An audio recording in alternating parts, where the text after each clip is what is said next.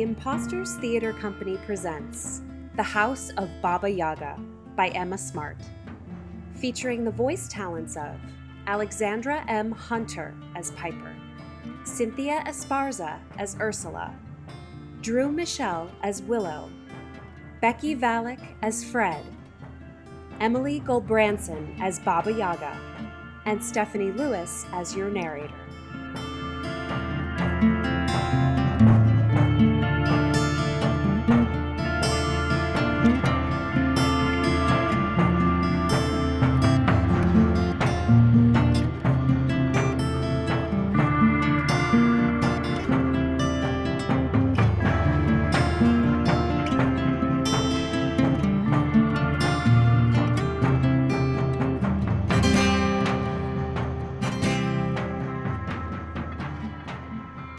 There is an empty house.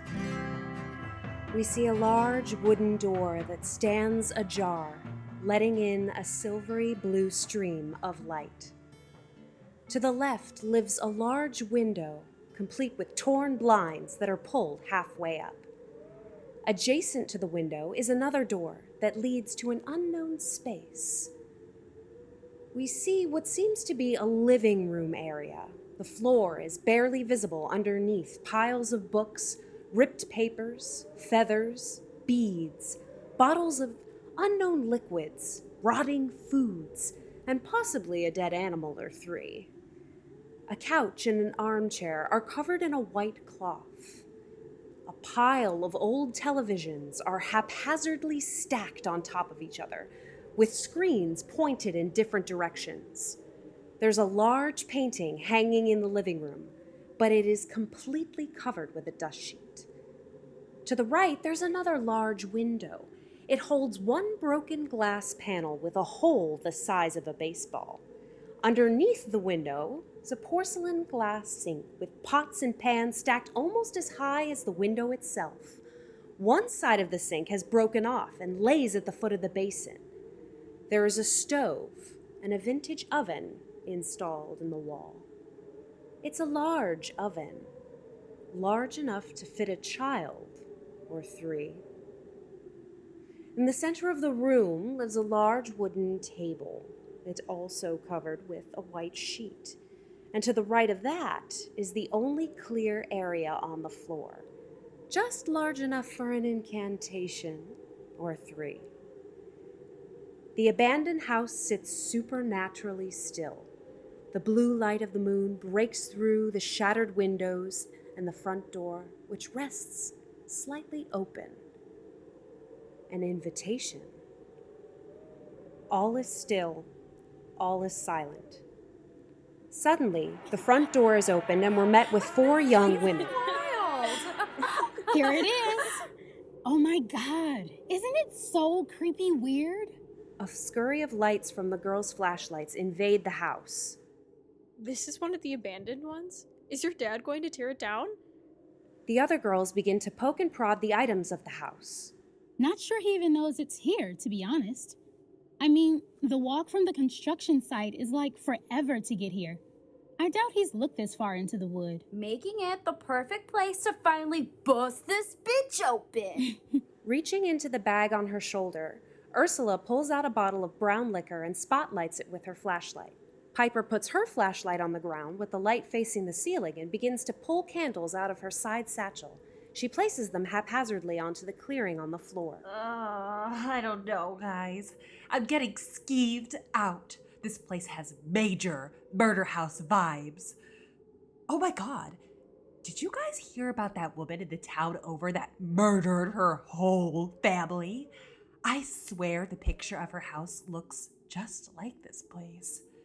Apparently, she was so stressed at work, she just came home one day and drowned each of her children in the bathtub.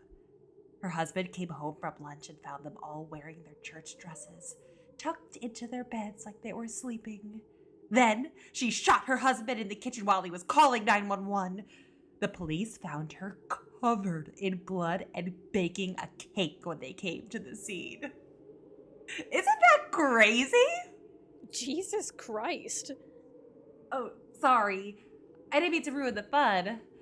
I just thought it was interesting. I'm not sure how you could find murder interesting. We need to find you a new hobby, Willow. Don't worry about her. She just needs a little help loosening up.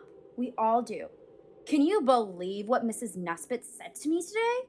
Ursula moves to the center of the room and sits to pull cups and mixers out of her bag. Where did you get that? Don't tell me you raided your mom's cabinet again. No, I didn't. For your information, she locks the cabinet now. Geez, you should really pull the underwear out from your ass, Winifred. Don't call me that. Oh, come on. Unclench a little, Winifred. Shut up. Here, maybe this will actually make you fun to be around. Enjoy. Oh my God. Mrs. Nesbitt was in some crazy mood today, huh? She told me my perfume was unbecoming. Who says that about perfume? Oh, don't even get me started on that dusty-ass woman. Today during fourth period, I was like resting my eyes. Like totally not asleep or anything. It's like I can totally multitask, okay? Anyways, I was listening to her gab on and on about how the mitochondria is the powerhouse of the cell and blah, blah, blah, when she like stops class to call me out in front of everyone. So I open my eyes to look at her beige-ass self, and she asks me, "Oh, I'm sorry. Are you bored, Ursula?" And I said, "No." And she's all, "Well, then why are you sleeping in my class?" And I was all, "I'm not." And she was all, "Interesting that you can take notes with your eyes closed." And I was all, "Yeah." And then she says, "I suggest opening your notebook and learning something while you can, or in the least, paying me enough respect to pretend to pay attention in my class." Like, ugh, it was so annoying. I can't wait till I turn 18. I'm so dropping out of high school. Wow. My mom would drown me in the bathtub if I dropped out. Yeah, same. Where are you gonna go after you drop out? Like, what will you do? I don't know. I'm getting my license in like 2 weeks, so I'll probably just like steal my brother's car and drive to California. I'll like live out of the car for a while and get a job doing hair and makeup for celebrities and stuff. Wow. That sounds like amazing and glamorous and I wish I was brave like you.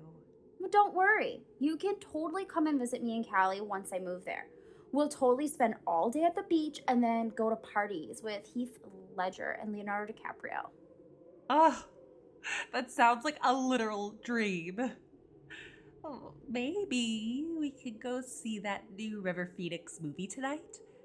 You know, the one that starts like soon. If we all leave now, we could make it. We all know the previews take like 20 minutes. I still feel weird about being in here. Don't you feel weird with all this stuff lying around? It is a little unsettling. Oh, come on! Don't you find it kind of, I don't know, like, sexy? I mean, like, don't you feel kind of sexy being here? Like, breaking the rules and stuff. It's kind of exciting, right? Ursula, come on, you've got to totally love this, right? None of this is really my vibe, if you catch my drift. I'm more of a Drew Barrymore rom-com type, and this place is definitely giving me major Tim Burton energy. You know? Yeah, a total hoarder must have lived here before. This is an insane amount of junk for an abandoned place. Like, what's under this? Fred takes her flashlight and goes to a mound covered by an old dusting sheet. She whips the dust cover off and reveals a mountain of televisions piled on top of each other. Whoa. Weird. Do you think? Fred begins pushing buttons on televisions. Stop! Don't touch them. We don't know what... One of the televisions turns on, blaring static into the room. Fred hurriedly turns off the television, when another television spits out a VHS tape. What the fuck? It's a copy of Jurassic Park. Wait. What? Never seen it. Really? You don't know Jurassic Park? Mm-mm. Jeff Goldblum? Mm-mm. Life, finds a way. Hmm? Dinosaurs? Really? Is Leonardo DiCaprio in it? No! Oh my god, wow, really? Are we even friends? How did I not know? You have yet to be educated in the glory that is Jeff Goldblum. Seriously, one of my favorite films. Whoever lived here had good taste, at least. Yeah, great. Or maybe whoever lived here before was a serial killer and watched a bunch of snuff films on their pile of televisions. Or porn. Maybe they just watched a lot of porn.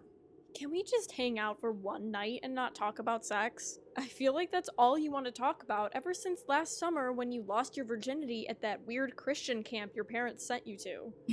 I told you it was a cult, and I had sex in protest. Like, as if. Like, can you hop off my dick? It must be exhausting to be so predictable. It must be exhausting always being such a wet blanket. Shut up. Actually, maybe you should work on getting laid. I read in Cosmo once that an orgasm can, like, change the chemistry of a woman's brain. That, or maybe you can just, like, get a lobotomy or something. You first. Oh, come on. What's going on with you? You've been so angry lately. Every little joke sets you off. It's like you're a ticking time bomb, just waiting to blow up. I'm not sure what I did or what we did to hurt you, but you need to either tell us what's going on or eat it. I can't help you if you keep things bottled up. I didn't mean to... Look, I'm sorry if...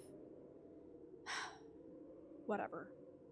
It'll kill you, you know, being this angry. It'll literally boil you alive. The girls sit in an awkward silence.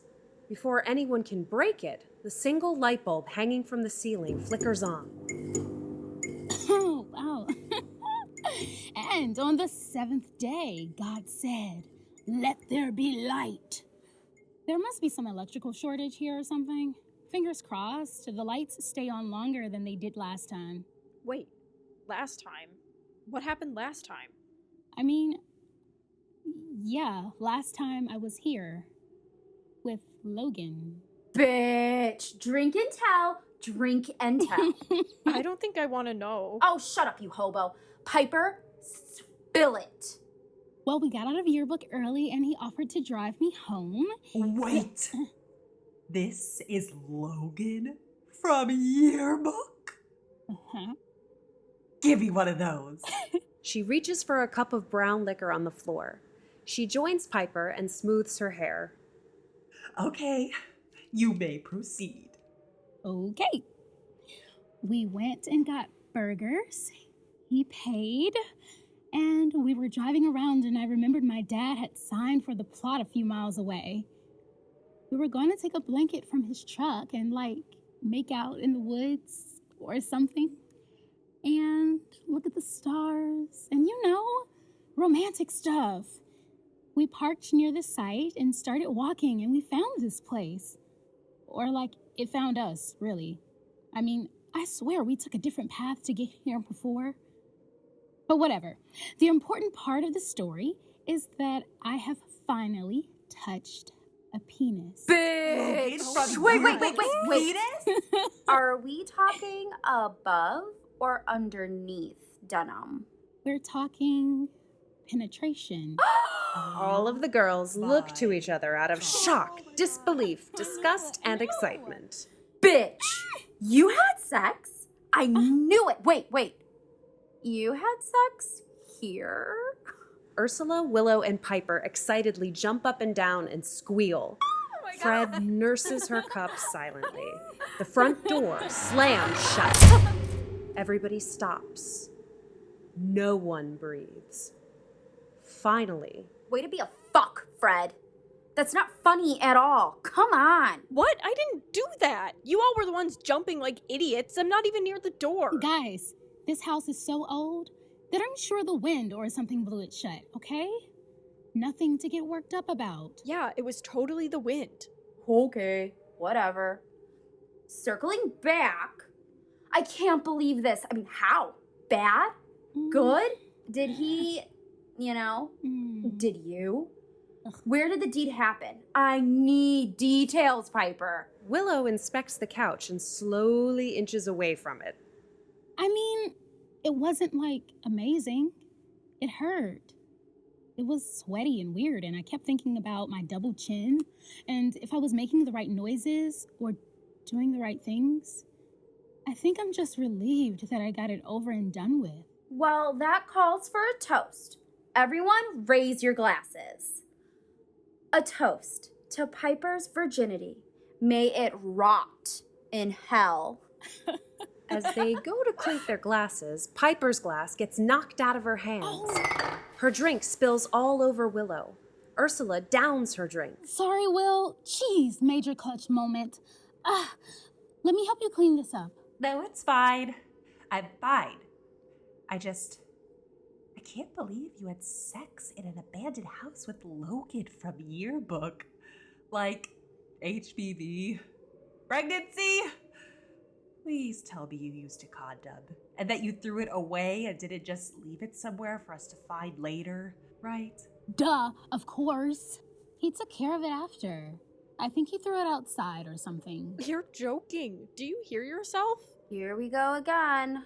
Ding, ding, ding. Round 3. I'm serious. This is ridiculous. Willow's right. You had sex in an abandoned house, Piper, and threw the condom outside for, like, a bird to eat, and then brought us here to your creepy, weird sex house? Are you kidding? This is not an episode of 90210. There are real consequences to your actions. I can't believe you'd be so reckless. You're unreal. I can't even look at you right now. I need to get some air. Fred moves to the front door and goes to fling it open, only to recoil from the knob and scream out in surprise and pain. Ow! Turning around, Fred reveals her right hand has a gaping wound in the palm. The doorknob! It bit me! The girls swarm around Fred as they try to comfort and help her. They lead her to a chair at the main table. Ursula sweeps the dust cover off the table, revealing a mass of ghostly items. Bones, dead plants and flowers, a necklace of teeth, piles of books, a wooden rabbit, a cauldron, a mortar and pestle, a set of Russian nesting dolls, open and haphazardly strewn about the table, a hand in a jar of liquid, knives, some with blood dried on them, and jars full of dark liquids. What the fuck? What is this place? Is this some horrible joke you're playing on us? This isn't funny, Piper. I'm gonna throw up. Oh my god. Do you guys know about the Amityville horror house? Because it is totally messed up and awful, and I can say with 100% certainty that this house was probably also built on an ancient burial ground. We should totally leave right now. Ursula rips a piece off the dust cover from the table and pulls the sleeve up on Fred's arm. Before she can begin wrapping Fred's hand, she notices something. Are you kidding me? You're doing this again? Fred recoils from Ursula and stares at the table, pulling her sleeve back down her arm. Answer me. I thought you were over this. How can you be so stupid, so careless, so selfish? Does your mom know about this? You know I have to tell her, right? Why? What does any of this have to do with you? You're not my keeper. No, but I'm not going to play this game again with you. I'm not going to sit by and watch again. Then don't look. Fred, come on. Don't you see that I'm just trying to protect you from yourself? You don't have to be some kind of martyr. You're not Joan of Arc. Just let me in. Come on, Fred. Why does everything I do have to somehow be about you?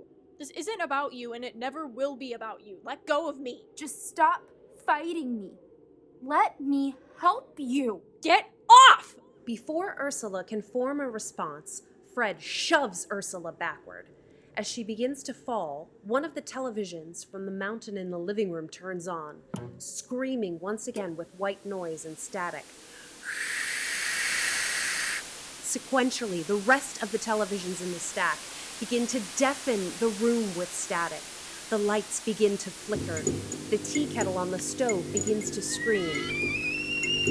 The faucet in the kitchen shoots out an angry river of liquid. The oven begins to gush out black smoke. The closet door begins to shake as if someone is on the other side trying to get to the girls. And the wind outside beats against the house. The girls are terrified. They scramble around the house. Willow hides under the main table. Fred is kicking at the door. Ursula finds a bat underneath the couch.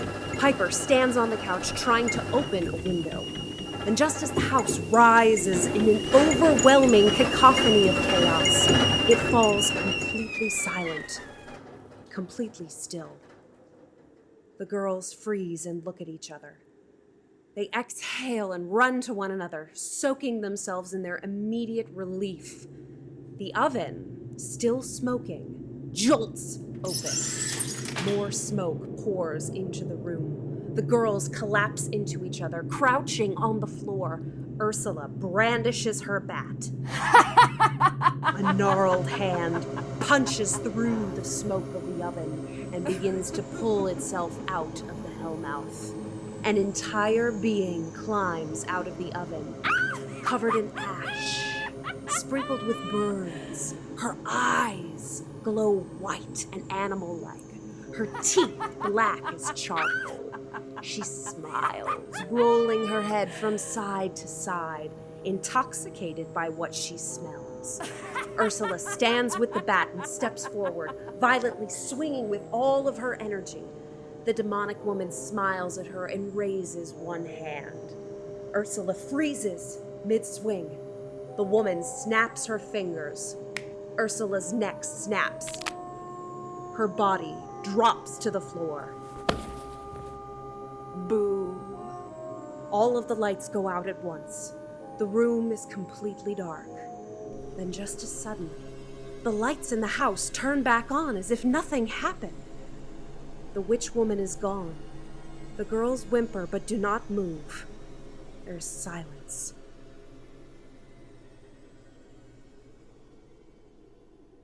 Are we okay? Yeah, I'm okay. I think we're all okay. She's not okay. What are you talking about? She's fine, right? Ursula? You're okay, right? The three girls all sit up and look to Ursula's body. Fred crawls slowly to Ursula. She's dead. Was that a woman that came out of there? There's no way that actually happened, right? Did we all see that? This has to be a dream. We're totally dreaming, right? She's not dead. She can't be. We have so many plans and adventures we're going to go on together. She just said we're going to. I don't know, Willow. This feels pretty real. We have to leave. Our car can't be that far from here. We'll carry her and we can get her to the hospital ASAP and everything will be okay. Everything will be okay. Piper shoots up and heads for the door. Her hand touches the doorknob and she flinches, but nothing happens. Piper boldly opens the door. I wouldn't do that, little bird. Stepping forward, we finally see the demon woman. Her clothing is tattered, old, and stained. She is still animalistic and terrifying, but a little more human than before.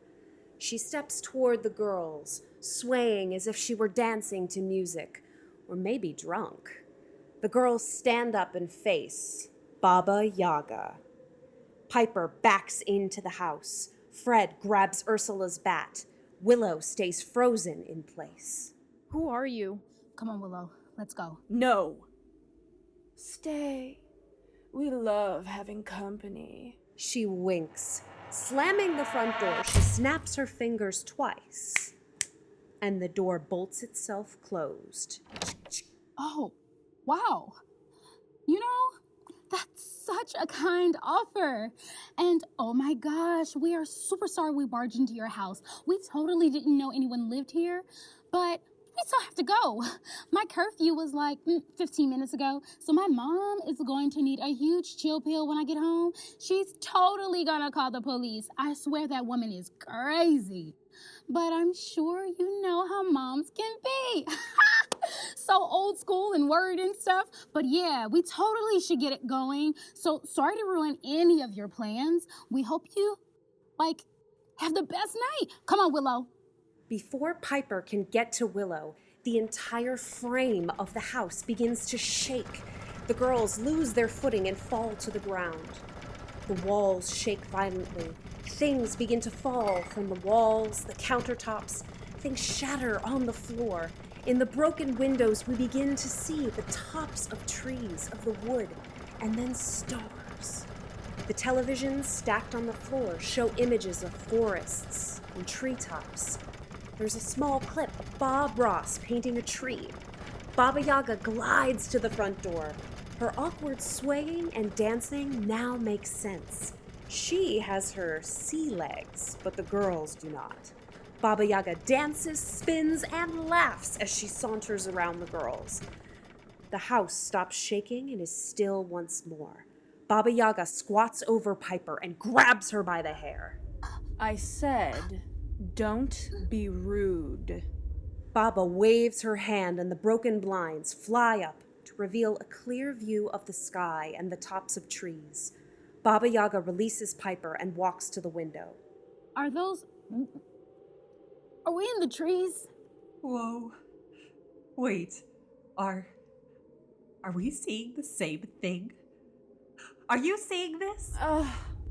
The view is always so much better up here. And the air, so fresh and crisp. Clapping her hands, Baba Yaga approaches Ursula's body. She grabs the body by the ankles and begins to drag out of the house. Immediately, Fred drops the bat and runs to Ursula. No, stop. Don't touch her. Drop her right now. I said stop. Baba Yaga drops Ursula's feet. Let us understand each other before things get too far. I know your little head is throbbing with confusion and anger. I know you are frightened, and I know you are seeing things that are unbelievable. And I will hold space for all of those things, and as well as all of the stupid things you will undoubtedly do and say in these next witching hours. But I want you to know. I want you to hear me. You are a guest of this house, and I bend to no whim. This one is ours now.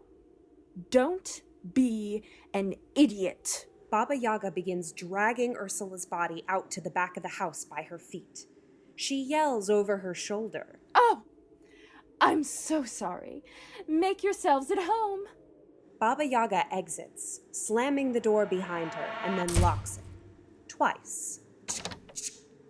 As soon as Baba Yaga leaves, Willow begins to manically rip through the house.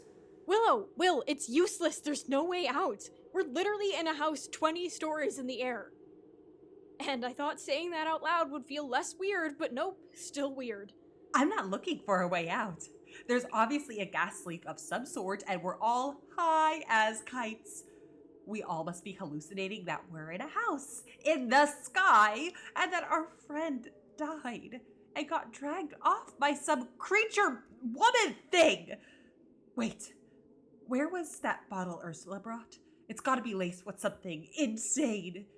Is this what it feels like to be roofied? How would I know what it feels like? You're the most advanced and experienced one here, so I don't know. I thought maybe you would know what hypno felt like. Willow, breathe. I can't. I left my inhaler in the car. Oh my god. Before Fred and Piper can get to Willow to comfort her, Baba Yaga bursts through the back door. Hello, my darlings. Baba Yaga is dressed differently than before. Her hair is now coiffed in a disheveled updo. She has red lipstick smeared onto her face, and a little on her teeth. Her tattered and burnt clothing is now covered by a blood-stained apron. She is carrying a bowl and a large ladle that she's swinging around like a baton as she loudly hums a tune to herself. Now, I'm sure you 3 chickens are just starved, but not to worry. There's plenty for everyone.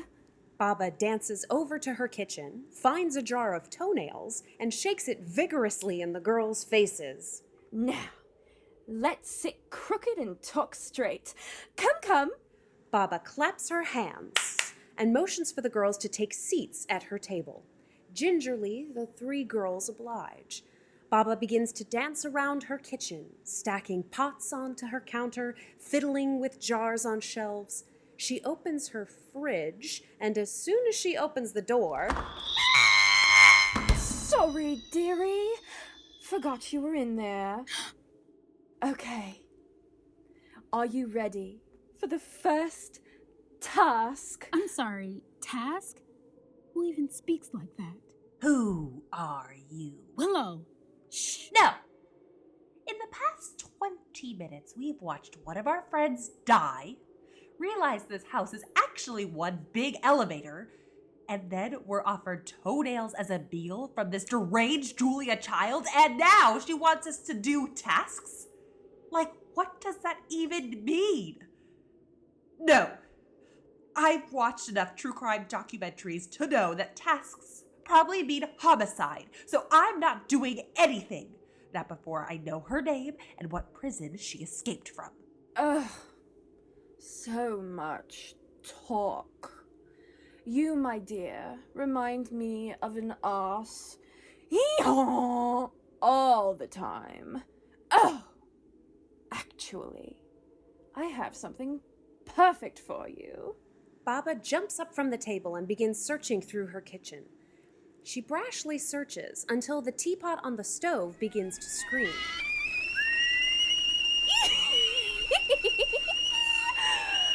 But of course! Oh, how silly I am! I completely forgot. I put it in there for safekeeping. She grabs the teapot from the stove and puts it on the table in front of the girls. She takes the lid from the pot and fishes her hand inside of it, then pulls out a long strand of something. It's a necklace made of teeth. She throws the teapot behind her and drapes it over Willow's neck. Everyone knows teeth are best kept fresh inside of your teapot. Yes, this suits you quite nicely, my dear. Willow begins to hyperventilate as Baba Yaga touches her and fastens the necklace to her. Now what do you say when someone gives you a gift? Willow attempts to say thank you, but no sound comes out. She grasps frantically at the necklace. Don't touch it. I quite like it on you. It's a beautiful reminder of how fragile your mouth can be. It's also enchanted. Isn't that fun? If I find a single molar out of place on this necklace, I'll start replacing them with yours. And you know what? I've been dying to make a matching set of earrings. Where did you take her? Our friend. The house has her now. So that's it? You murdered her and now you're just going to keep her? I didn't kill her. Not saying I wouldn't have liked to, but I didn't. Her part in this story was already written. She was always going to belong to the house. That's part of the house's enchantment. It knew you before you even knew it was here. Willow tries to protest, but is held silent by the necklace. Oh, now, little Peach, don't strain yourself. You were the ones to walk through my door. Finders, keepers, my dears. But you did kill her. We saw her neck snap. You came out of that oven and snapped your fingers, and I still don't know how you did it, but you did. You killed her. Pish posh! You see, little bird, as soon as you stepped your scrumptious little toes over my threshold, everything was already decided. Everything is decided because of what is here. But mostly because of what is here. Alles klar, richtig, wunderbar. Yes, deine erste Aufgabe. What did she just say? I don't know. I only took German for 1 semester. Are we done letting the grass grow under our feet? Ready to play the big game? Are you going to kill us if we don't? Probably. She'll kill us even if we don't play along. Probably.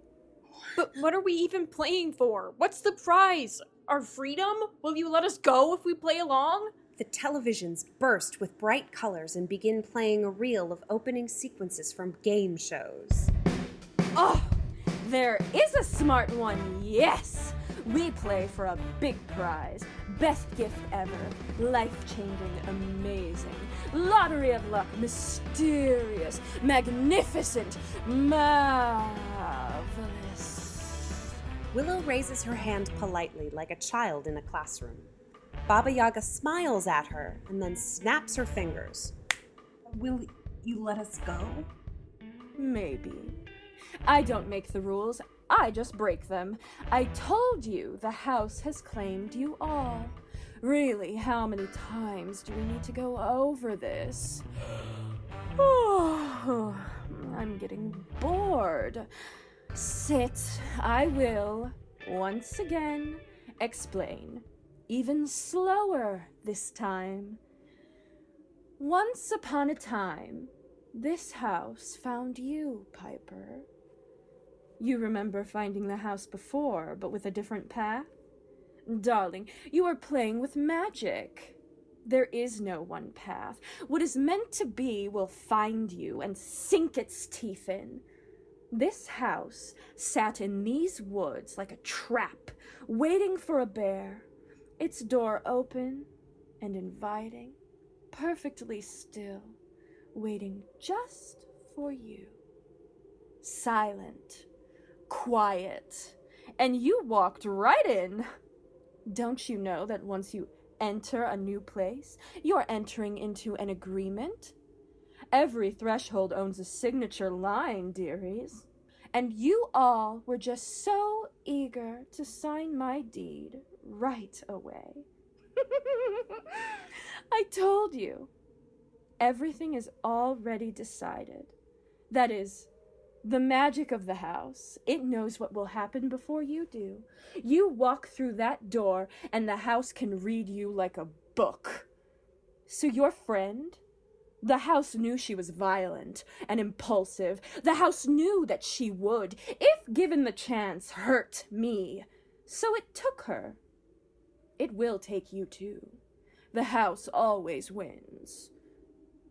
This house found you because it needs a new witch. I am called Baba Yaga. It has been my name for a long time. I became Baba Yaga because once upon a time, the house found me too. And it needs a shiny new Baba Yaga.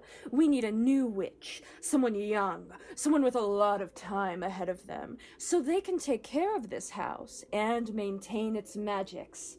This is a job interview with a little bit of blood. Now, are we all clear? All settled? So, one of us will become the next you? The next witch in the woods? Baba Ganoush? Yes. One of you will become the next Baba Yaga of centuries. The televisions erupt with clips of audiences applauding. Wait, we're not witches though. How are we supposed to maintain the magics if we don't have any? Ooh, ding dong!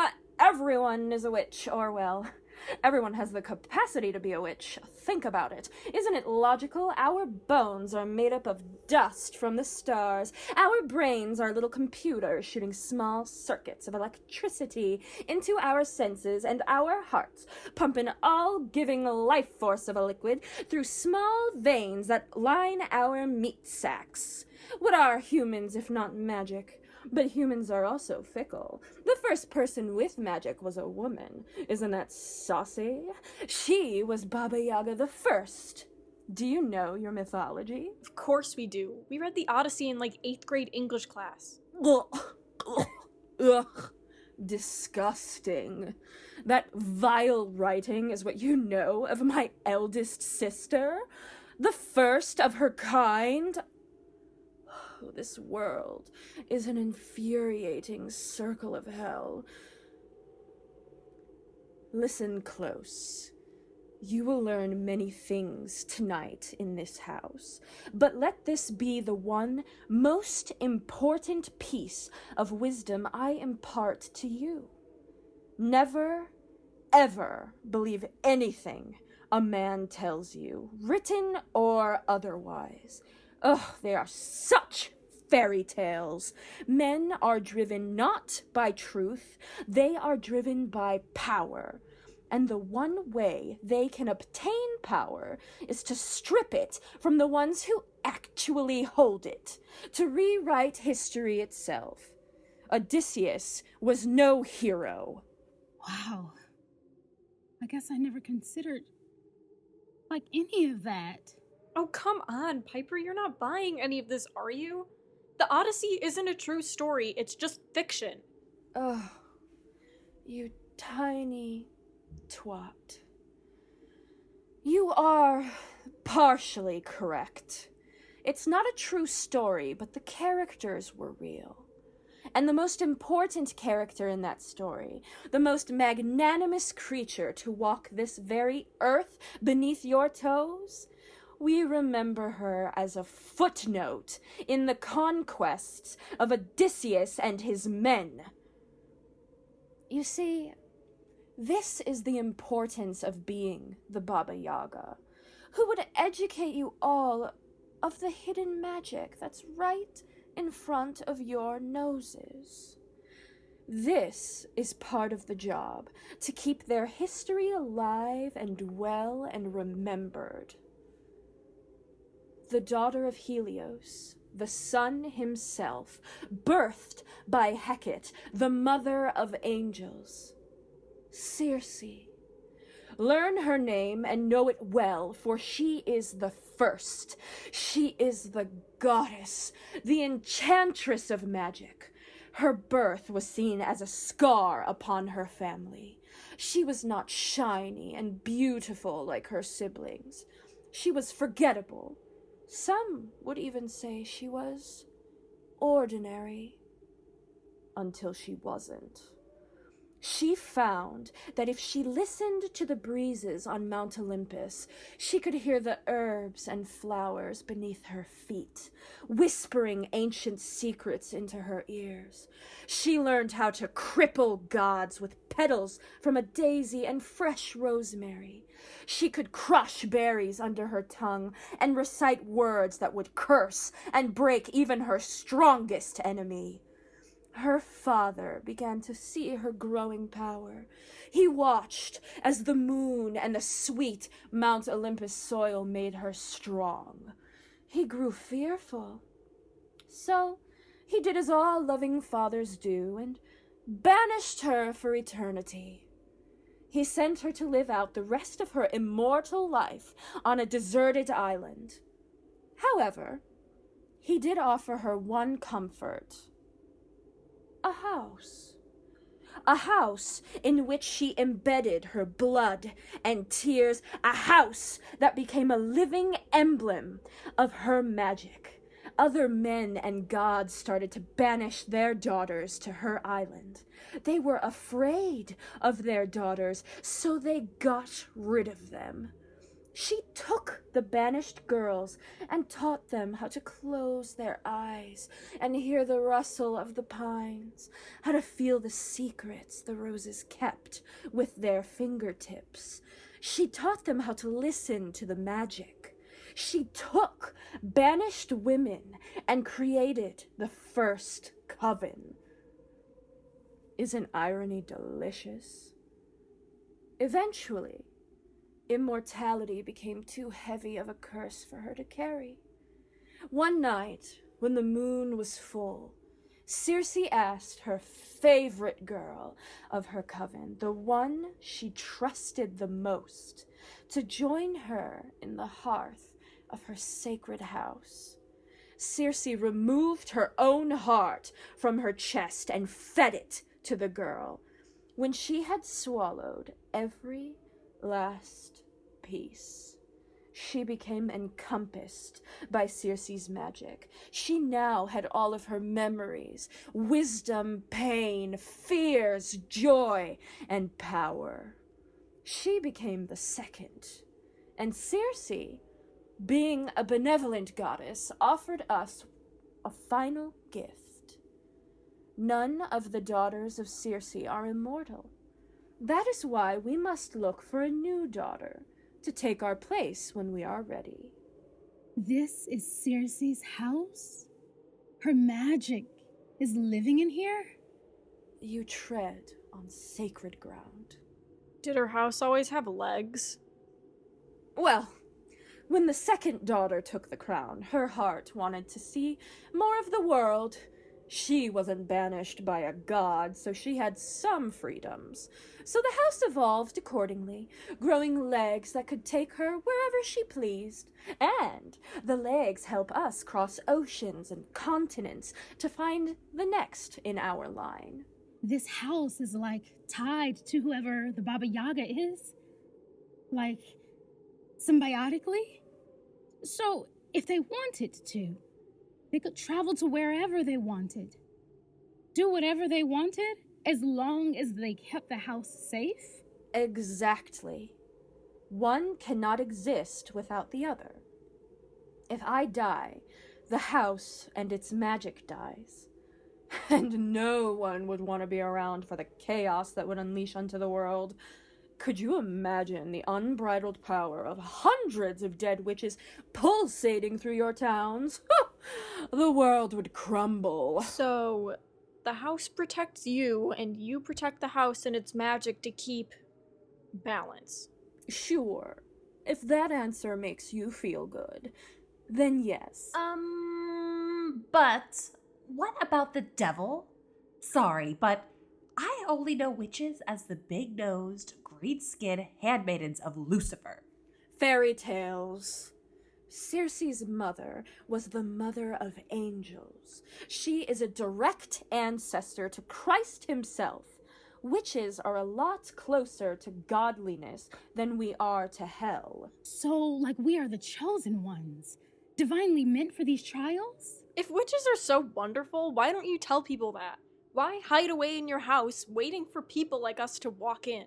Do you really think people of the world would let me live peacefully alone in my woods? Or would they kidnap me to perform awful tests and experiments on me while gutting my house and turning it into some Maccabee museum for families to walk through, gawking at all that I found to be precious and private? There was one Baba Yaga that tried to make her way into the public. She almost drove our entire lineage into the burnt ground. Thank Lilith herself that the house was here to help manage that issue. To this day, we refuse to step chicken leg or foot onto the soil in Salem, Massachusetts. Chicken leg? Wait, the house has chicken legs?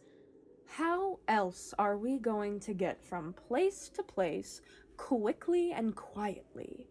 Really, girls, use your brains. This is magic, not rocket science.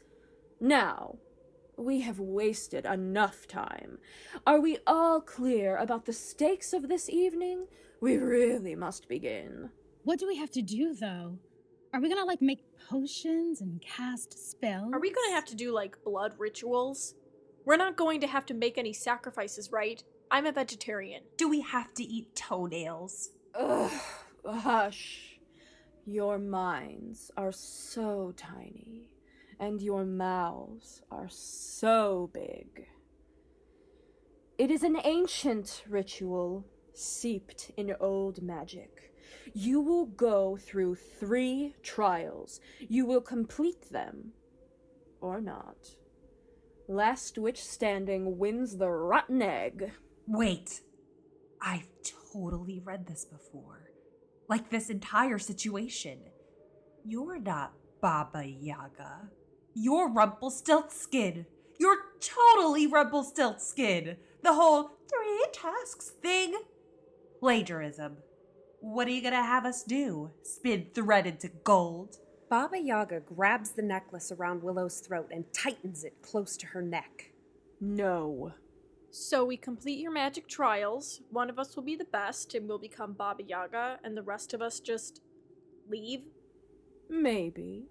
Are you ready to play? I think I'd rather die. You'll soon learn that there are some things worse than death. Now, are we ready or not? The girls look to one another. Do we even have a choice? Baba Yaga shakes her head no. Excitedly, she claps her hands and scrambles to stand on top of the kitchen table. The lights of the house dim as Baba Yaga swirls her arms above her head, conjuring something.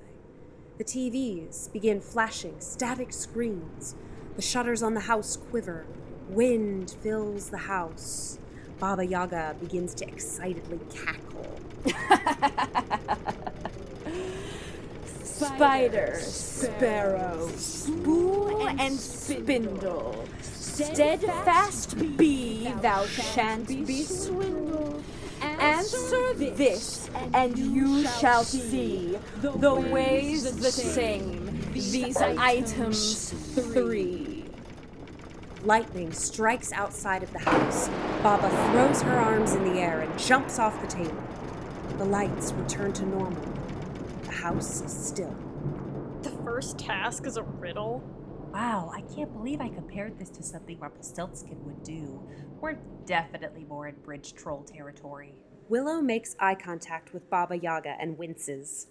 Sorry. So we have to tell you the answer to this riddle, and that's it. That's the first task? Ugh. You small idiots. Do not mock riddles. They are the original spells, keeper of secrets, sacred kind of magics. If you can answer this correctly, you move on to the next task. However, if you cannot answer, or if you fail, one of you has to hold the consequences. Okay, we just have to answer the riddle. Come on, we can do this. We can't concentrate with you hovering. Can you, leave? From offstage somewhere, we hear, I guess so. I'll be back in a short minute. But do not forget, the house has eyes everywhere. Images of different eyes looking in various directions flash across the TV screens. Winking, Baba Yaga walks and goes to the back door once more, again locking it twice as she leaves. As soon as the girls hear the clicking of the last lock, they frantically begin searching the house for a way out. They go on until the house shakes, tumbling them into the middle of the room. Exasperated, they collect themselves together at the table. Ugh, this is impossible! Answering the riddle or breaking out of this house? Both! Maybe we should just focus on answering this riddle. I'm starting to believe she's telling the truth, and she's not just some crazy woman in the woods. I mean, this house? Guys, it's totally alive. Then maybe we'll have to kill the house. The TV screens flash with images of stop signs. They flash for a moment, but disappear before the girls can see them. What? Maybe we'll have to kill it.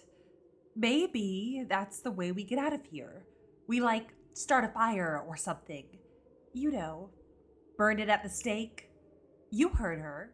One cannot live without the other. Various videos of fires erupt onto the television screens. I just wasn't expecting you to say that. That's what Ursula would do. Yeah, she totally would try to light this place up. But how do we do this? I brought a lighter. It's in my bag. Retrieving Willow's bag and bringing it to the table, Fred fishes out the lighter and hands it to Willow. Would you like to do the honors? Do we really think this is the only way out? What if we get trapped in here? Do you really think an ancient house doused in the magic and blood of a long line of witches is just gonna let us light it on fire? So you want to play her game? I want to be smart, and I want to make it out of this alive. Can we at least try to solve the riddle? Really try. And then, if we can't figure it out, or we don't have an answer, we can commit arson and possibly suicide. Plus, we just learned witches are real. Aren't you the least bit curious about her and all of this? The television screens all fall black.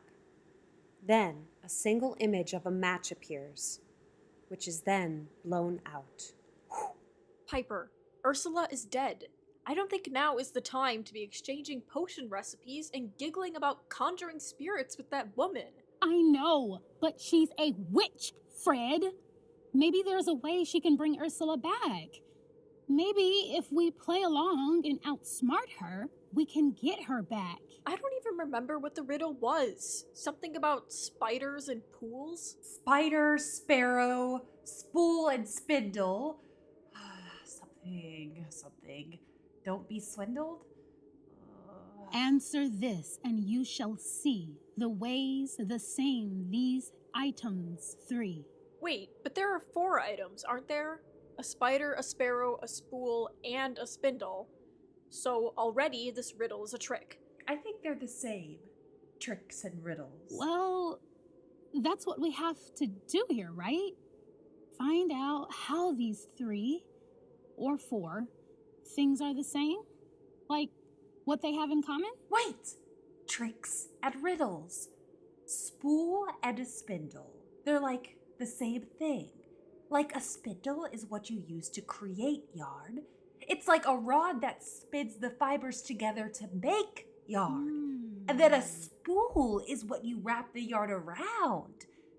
I think. How do you know that? Are you like 87? My grandma taught me to knit and stuff before she died. I like it. It calms my nerves. Right. Sorry. So, a spool and a spindle are the same. What do they have in common with a spider and a sparrow? Well, spiders weave webs. I guess you could say that a spindle and a sparrow weave blankets. Or whatever, in a roundabout way, maybe. Okay, maybe, but sparrows don't do any weaving. So that's the piece that doesn't fit. Weaving, blankets, webs. Nest? Sparrows make nests. So, do all of these things create? Like, they're all creators or aspects of creating something? Ugh, this is so stupid! Answer my riddle that has no answer. Haha! I win the game I made up for my own self.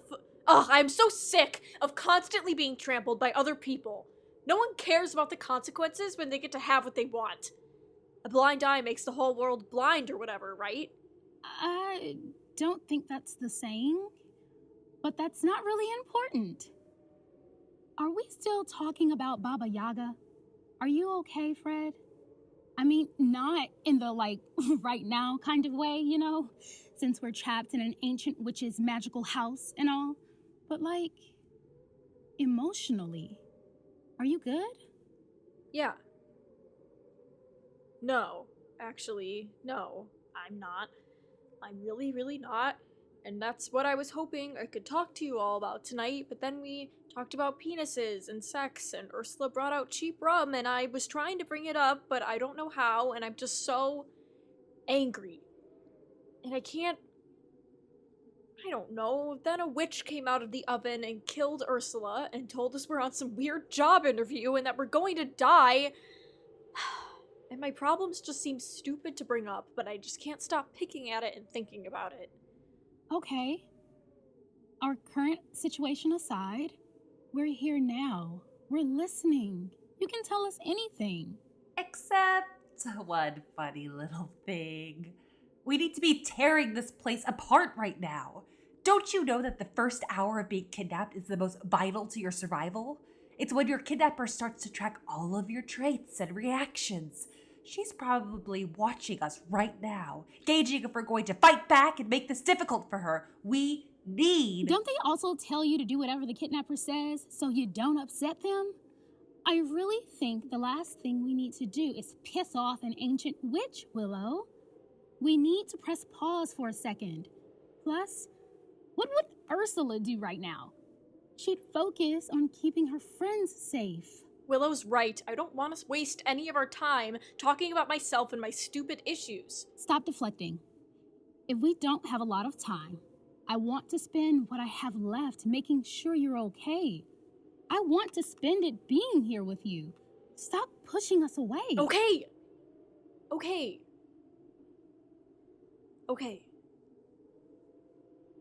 You know how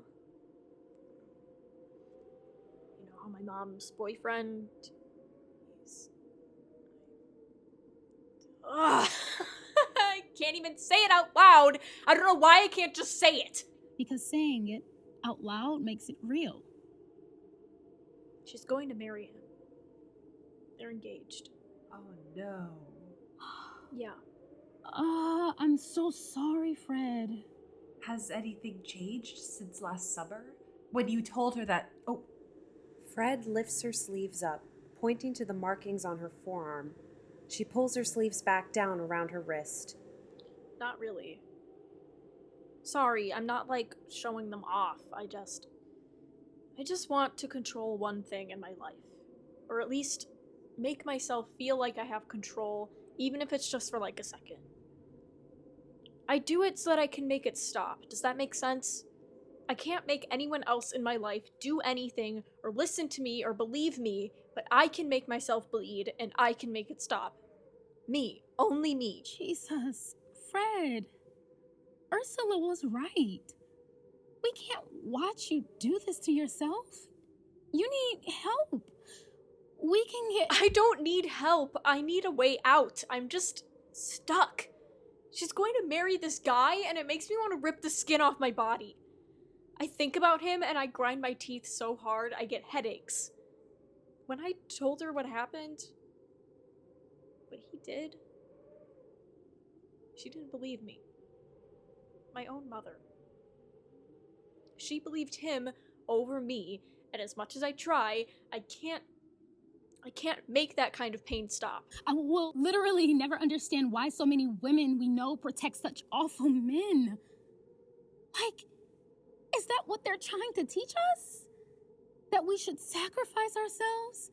Maybe even our daughters one day to keep some drooling neckbeard around that sometimes makes us feel special? God, it makes me so furious. can you go and live with your dad? My dad doesn't even know my real birthday. I get birthday cards with the wrong date that say things like, good luck and whatever you do, from my own father. You really think he wants me to come live with him? Or, better question, you really think my stepmonster would release his balls from the ice-cold grip she has them in to let me live with them? She hates me more than I hate her. I'm the living, breathing reminder that someone else got to my dad before she did. Yeah.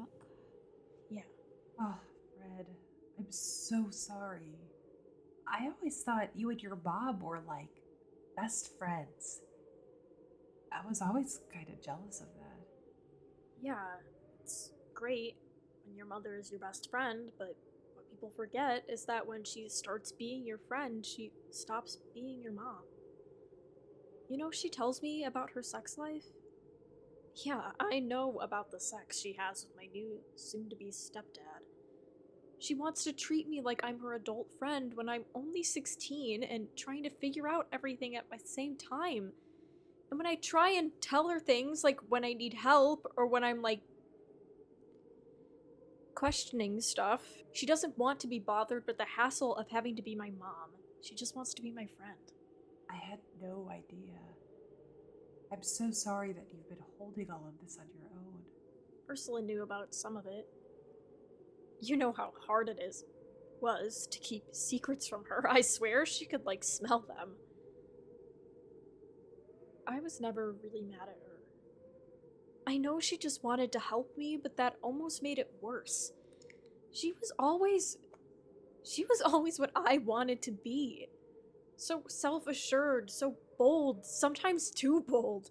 She was rude and loud, and she never apologized for any part of herself.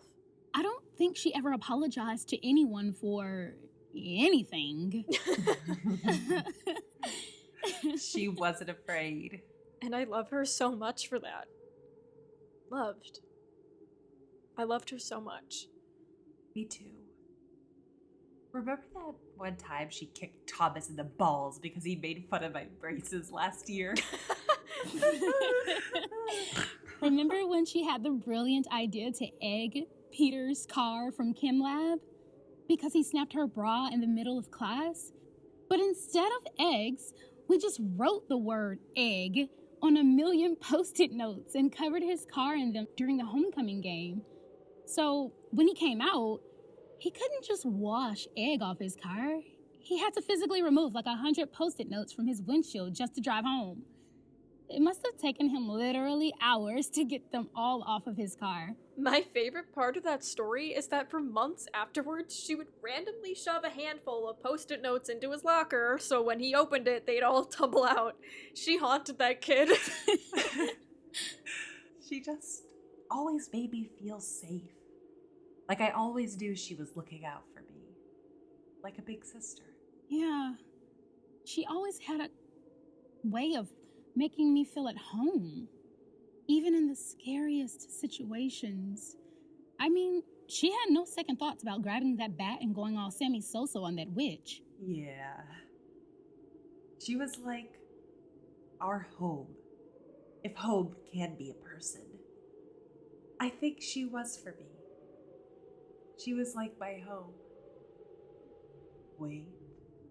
Home. Home! The riddle!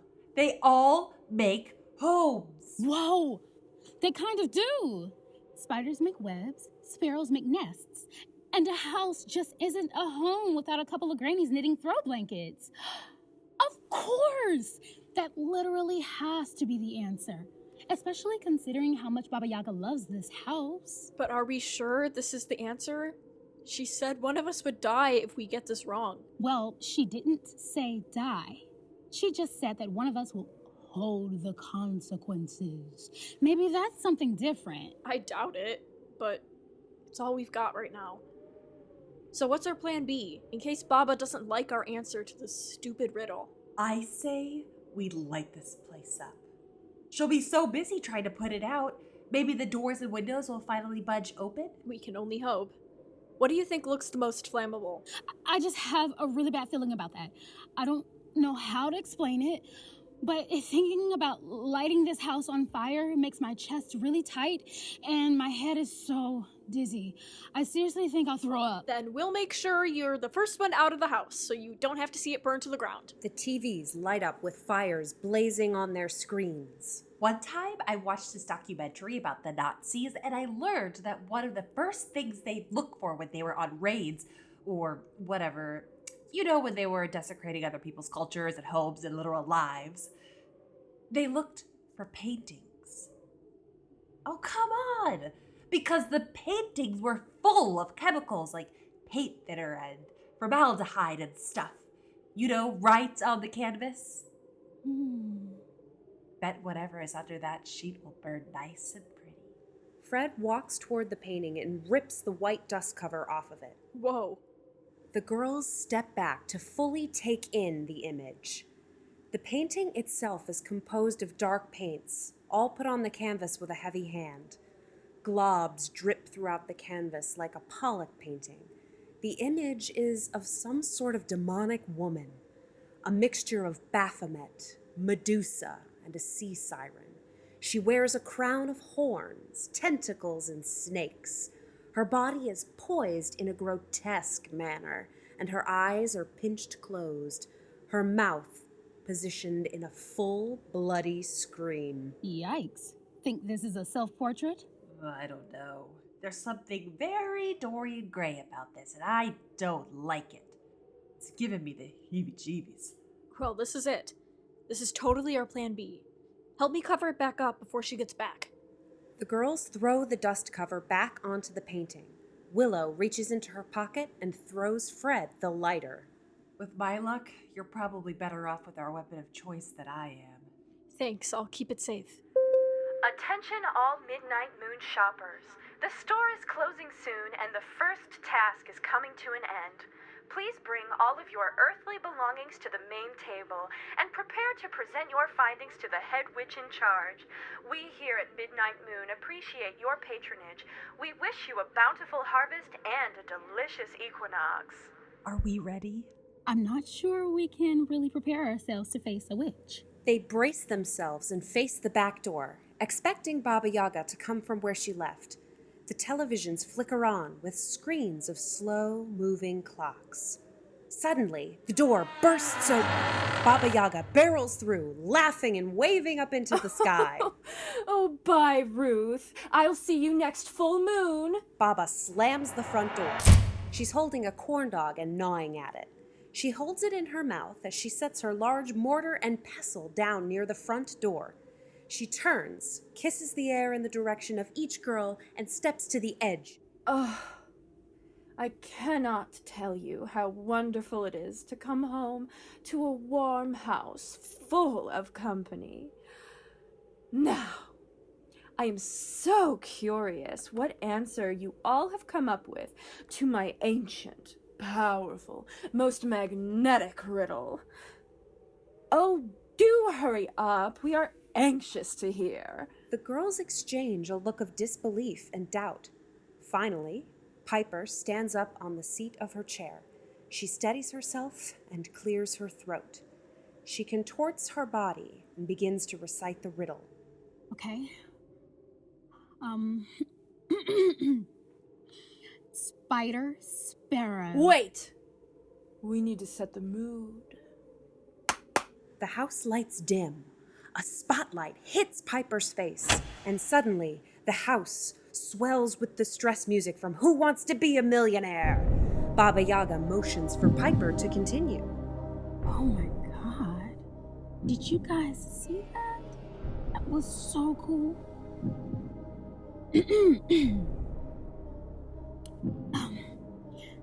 Spider, sparrow, spool and spindle, steadfast be thou, can't be swindled. Answer this, and you will see the ways of the same these items 3.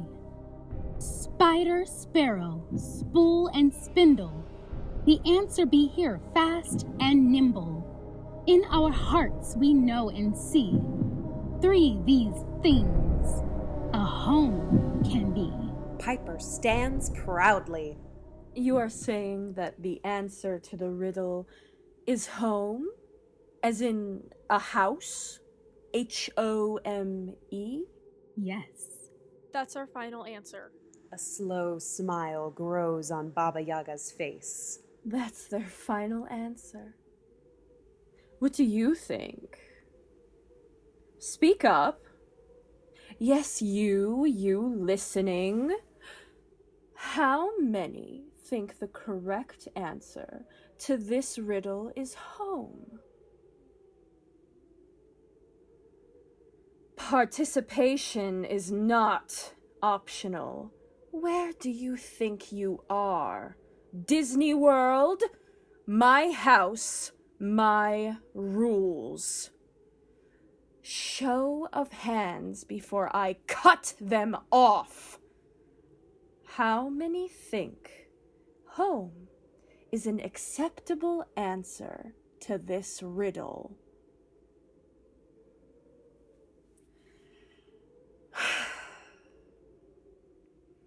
Why is it that in my millennia of being the witch of this house, every time without fail, I am always surprised at how difficult the young women make this game?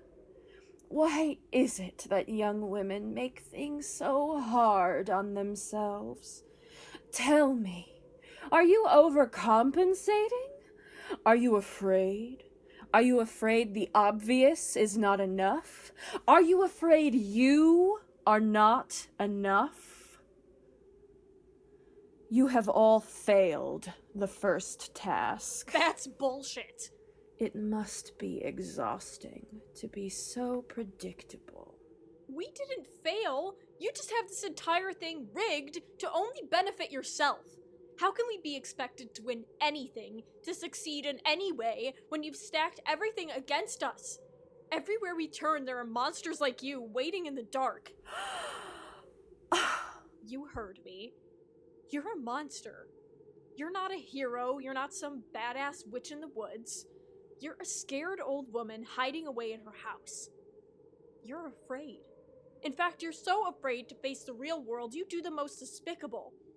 You snuff out any light that comes your way. You're jealous of us. Because we're young and smart and strong, and you're a dying breed. Smiling, Baba Yaga leans forward. She brings her finger up to Fred's face and traces an invisible line down her body to her hand. The hand that had been bitten by the doorknob.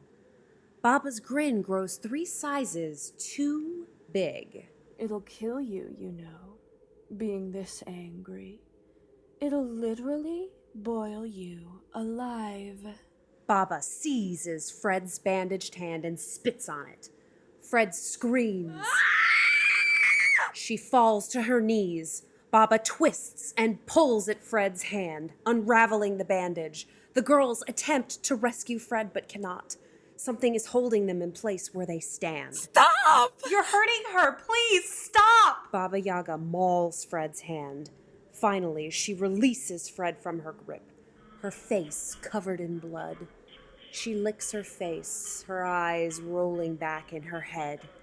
Spider, sparrow, spool, spindle, slithering tongue, and incantation, secret song of admiration. Seek the truth, and you shall see the ways the same these letters be.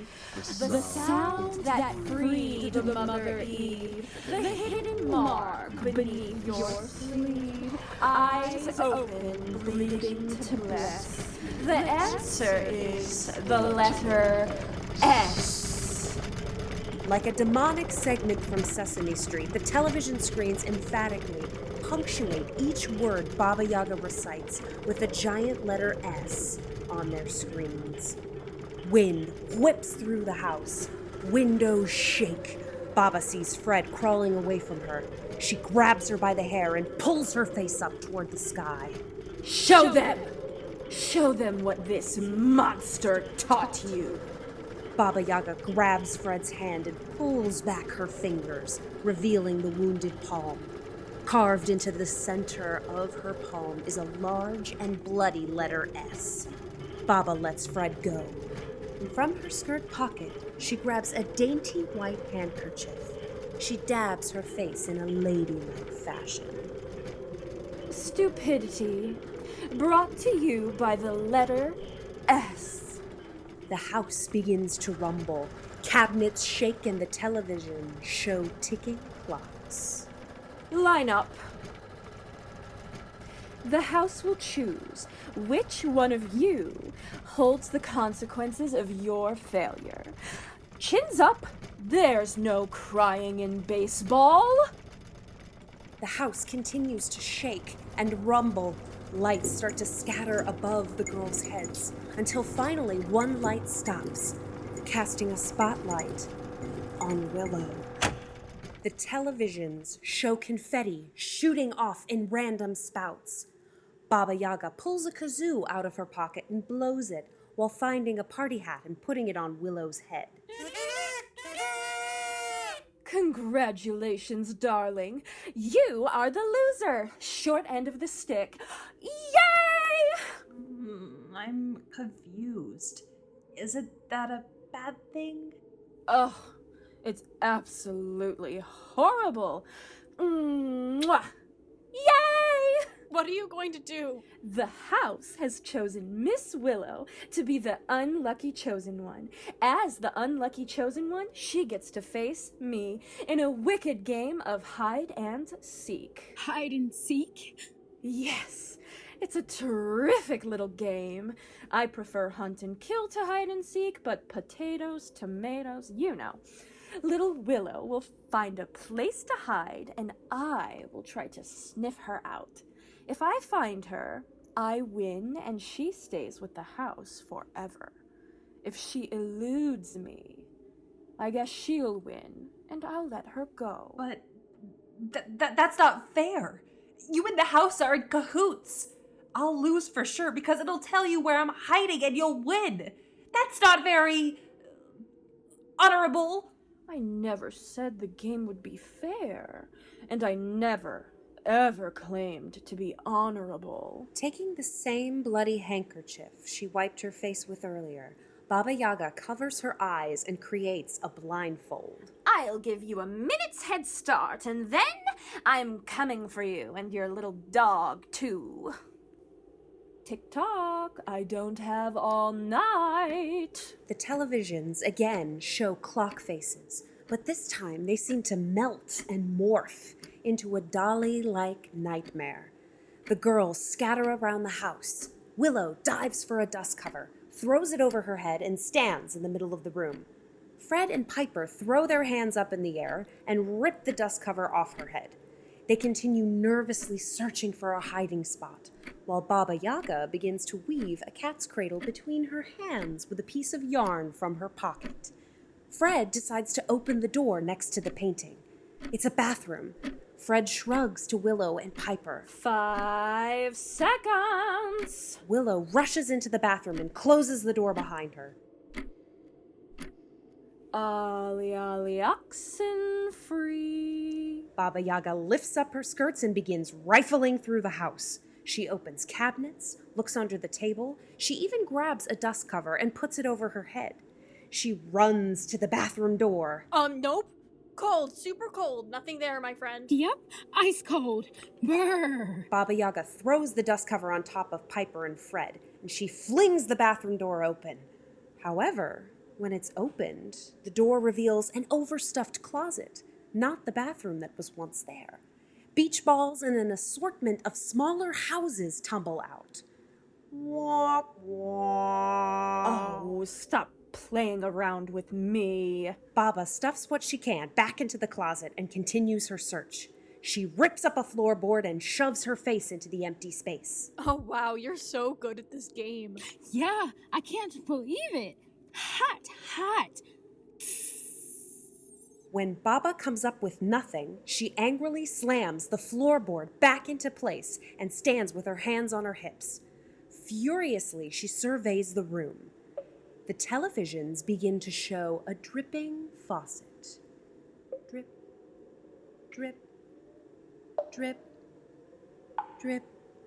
It seems to get louder and louder. Baba Yaga immediately runs for the bathroom door and opens it. This time, the door reveals the bathroom. Vian norte sorte ukutusua. As Baba Yaga enters the room, the door closes behind her. Fred and Piper fight with the door to let them in, but they stop when they see that the bathroom is filling up with water. Televisions show images of waterfalls, rivers, oceans, dams, and overflowing sinks. Water begins to spurt out of the cracks underneath the bathroom door. Is that water? Did a pipe burst? I don't know, but it can't be good. Willow, can you hear us? Are you okay? Is she in there with you? Willow! The door becomes illuminated, and inside we see Willow's silhouette as she struggles against the water. Baba Yaga's voice fills the house as she sings. Row, row, row your boat gently down the stream, merrily, merrily, merrily, merrily, drowning as you sing. Willow, can you get to the door? Open the door, Willow! Willow, you can do it. Just keep your head above the water. Get to the doorknob. You can do it. Willow's hand slaps against the door, and the door is no longer illuminated. Willow is no longer seen. The water continues to spurt out. The televisions show calm waters, and Baba Yaga ends the last repetition of her song. The house falls silent. The bathroom door slowly opens. Beach balls and miscellaneous items begin to fall out. When the door is fully open, we see Willow, completely drenched and dead in the closet. Fred catches her as her body falls. No, not again. No, please. Please, come on, Willow. Just breathe. Just breathe. Go ahead. No, we are not doing this again. Willow, breathe. Come on. Come on, please! Fred struggles as she tries to revive Willow, but it's too late. Piper pulls Fred away from Willow's body and holds her close. Baba Yaga enters, wearing a large, fluffy robe, slippers, and her hair is wrapped in a towel. She has a face mask on and is eating one cucumber slice while she tries to keep the other on one of her eyes. Well, what are we weeping about now? Oh, yes. quite a shame, really. Poor Willow, so pure and innocent. She really was the most decent out of all of you. Such a shame. Tisk tisk. And before you accuse me, no, I did not kill her. She fell to circumstances. If you think my kitchen is full of ghoulish nightmares, you better believe my lavatory holds a secret or two. When I found her, she tried to throw a towel at me. An odd defense, but she was terrified, so I'll forgive it. She threw the towel, but little did she know it's one of my calling cards. I had a husband once that would always throw his towels on the ground after he used them, never taking the 3 seconds just to hang it up after a use. No, of course not. So I enchanted them.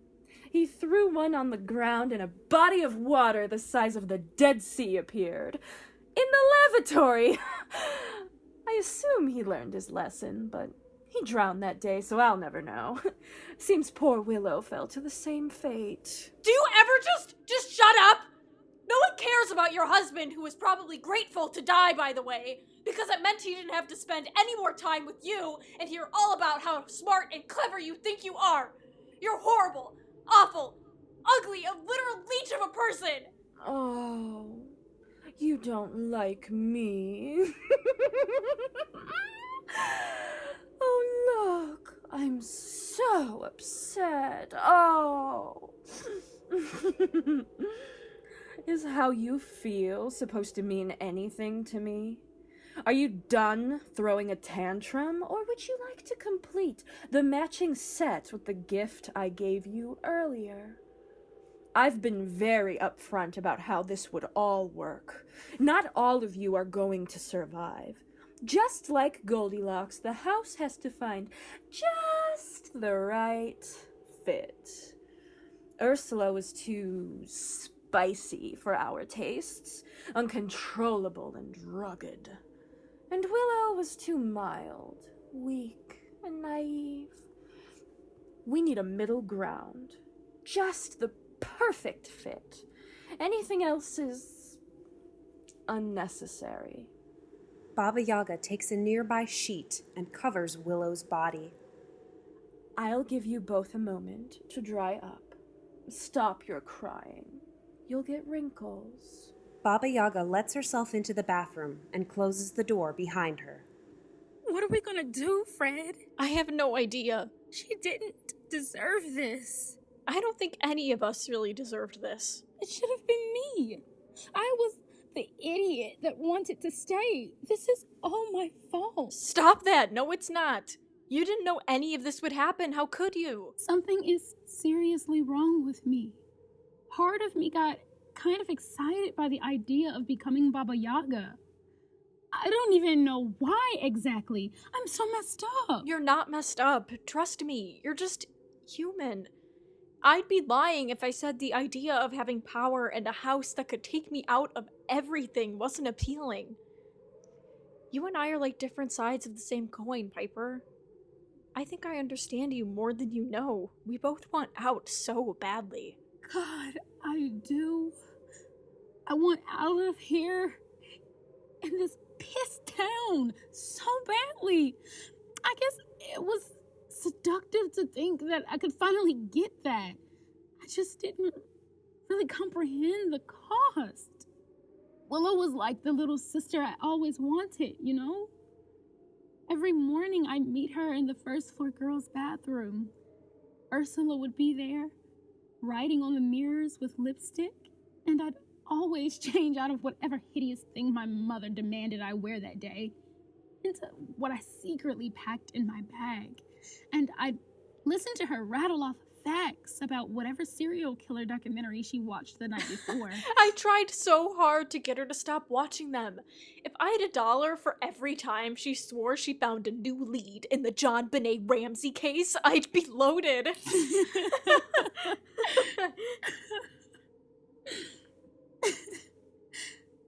You're really beautiful when you laugh, you know that? Really? You think so? Yeah. What are we going to do? I don't know, but I'm glad I still have you. I'm glad I have you too. Suddenly, the refrigerator door opens up and Baba Yaga comes stumbling out of it. Oh, hello, chickens. Staying fresh, I hope. Baba Yaga is now wearing an all-black ensemble. Think divorced widow. I've come to ease your mourning. Up, up! The second trial begins now, and it requires help from a few special guests. Daughters, come to Mummy.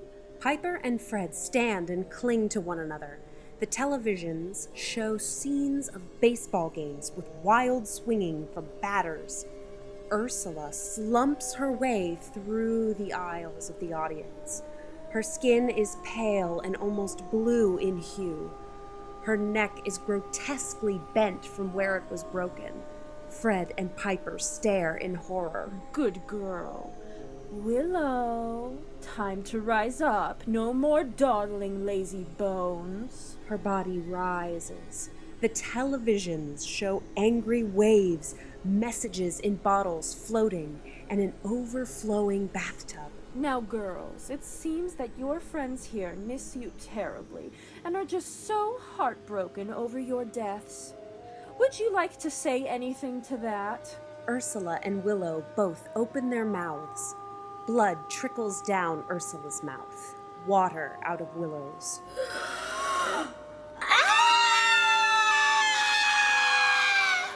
That's what I thought.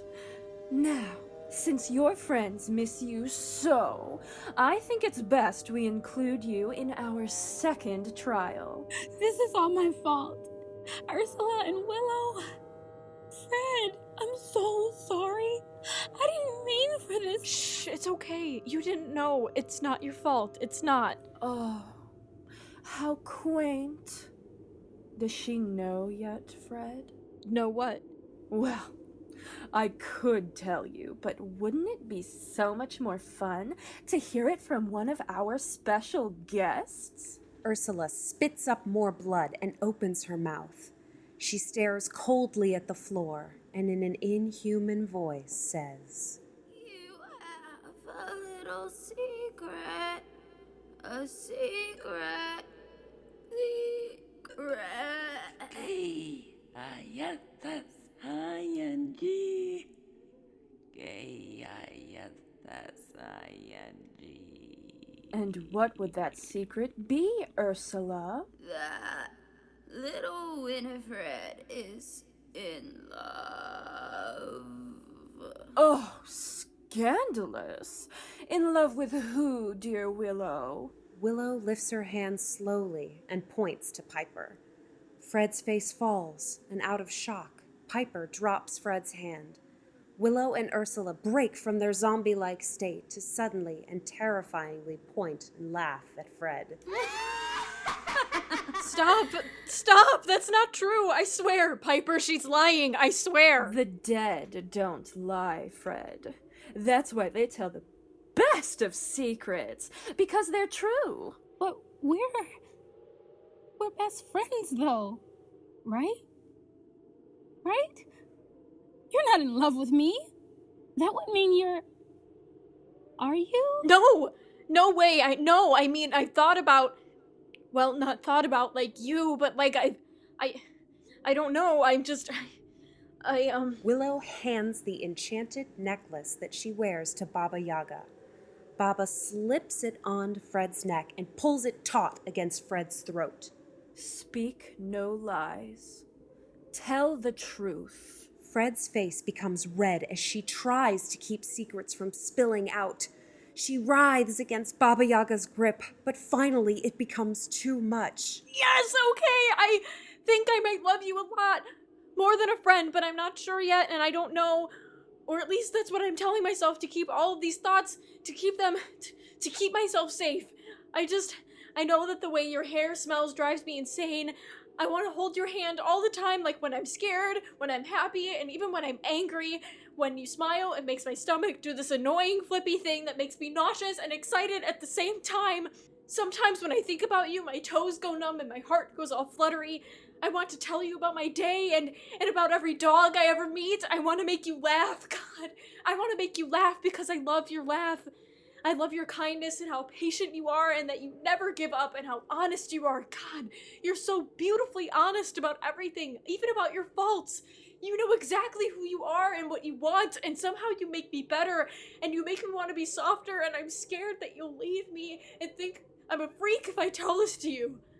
I just can't lose another person because I already feel so alone, and I know that's cliche and trite to say because doesn't every teenager that has ever existed feel that way, but you make that ache way less. You're my best friend, and I'm terrified of you. And I don't have answers because I can't talk about this stuff with anyone, because who do we know that's like this? That's like me. I don't have anyone, so I just shove it down and try not to think about it, but I can't help that I think about you all the time. Fred? Baba Yaga releases Fred and she falls to her knees. Baba Yaga slaps Fred on the back. Oh, young love. So painful and awful. I love it. So, Piper, what do you think? Do we have a happily ever after on our hands? Shall I get the hoopa? I think I'm gonna throw up. Oh no. Oh, wait. Don't spoil it. Willow, darling, whisper something juicy in my ear. Willow gurgles for a moment and then, rolling her head back and staring blankly at Piper, she says, Piper, do has a secret. Oh, you don't say. Tell me, what is Polly Pocket's secret, I don't have any. I don't know what you're talking about. She carries a secret hidden away deep inside. Ooh, we're getting warmer, that's for sure. Tell me, Piper, are you late? I have no idea what you're talking about. Her moon time is late. She carries it. Isn't it so delicious? It's so perfectly awful, and she has no idea. Do you know, Fred, about your beloved's secret? No, of course not. Piper doesn't even know. Oh, this makes it all the better. Baba Yaga whistles and confetti cannons shoot from either side of the house. You're pregnant! Baba Yaga takes out her kazoo and blows it while putting party hats on Ursula and Willow. What? That's not true. There's no way. That's impossible. I'm not. Oh, but you are. And to add to the magic, it was conceived right here, in this house. Oh my god. Oh my god. No. This isn't happening. You're lying. We were smart. We used protection. I was smart. What did I tell you earlier? Men lie. You mean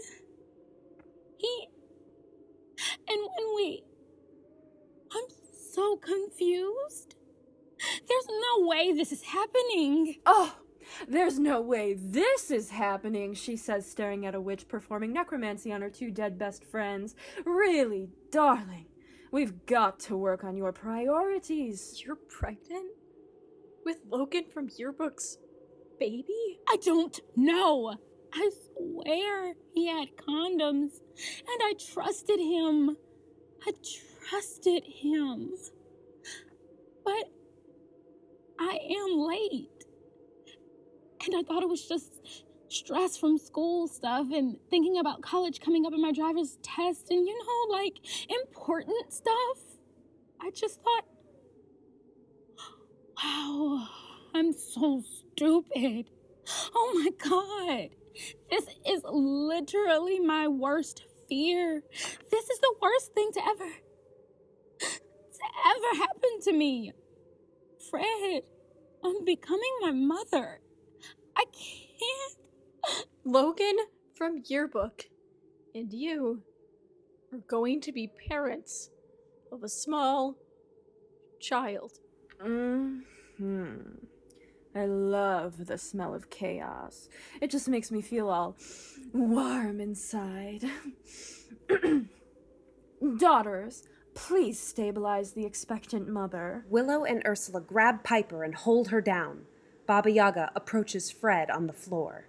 You've had your secrets spilled out on the floor. Your heart is probably a little bruised, too, no? The girl you love is sitting right there, but she's carrying a curse, a mark from another. Your heart aches for her, yes? It bleeds. But this little bundle of joy, this bun in the oven, this tiny babe will be your demise. You can never have all that you want while she carries it. Baba Yaga reaches down and pulls a long pocket knife from inside her boot. She unfurls it and heavily hands it to Fred. The second trial is about sacrifice. What will you do to protect your own interests? Can you shed blood that is not your own? Can you do the thing your despised step-monster could never do?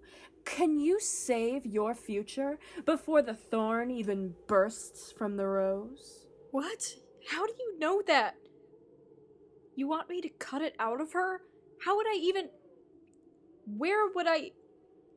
How could you ask me to do that? I'd kill her. She'd die. Fred closes the pocket knife and throws it behind her. You forget who I am.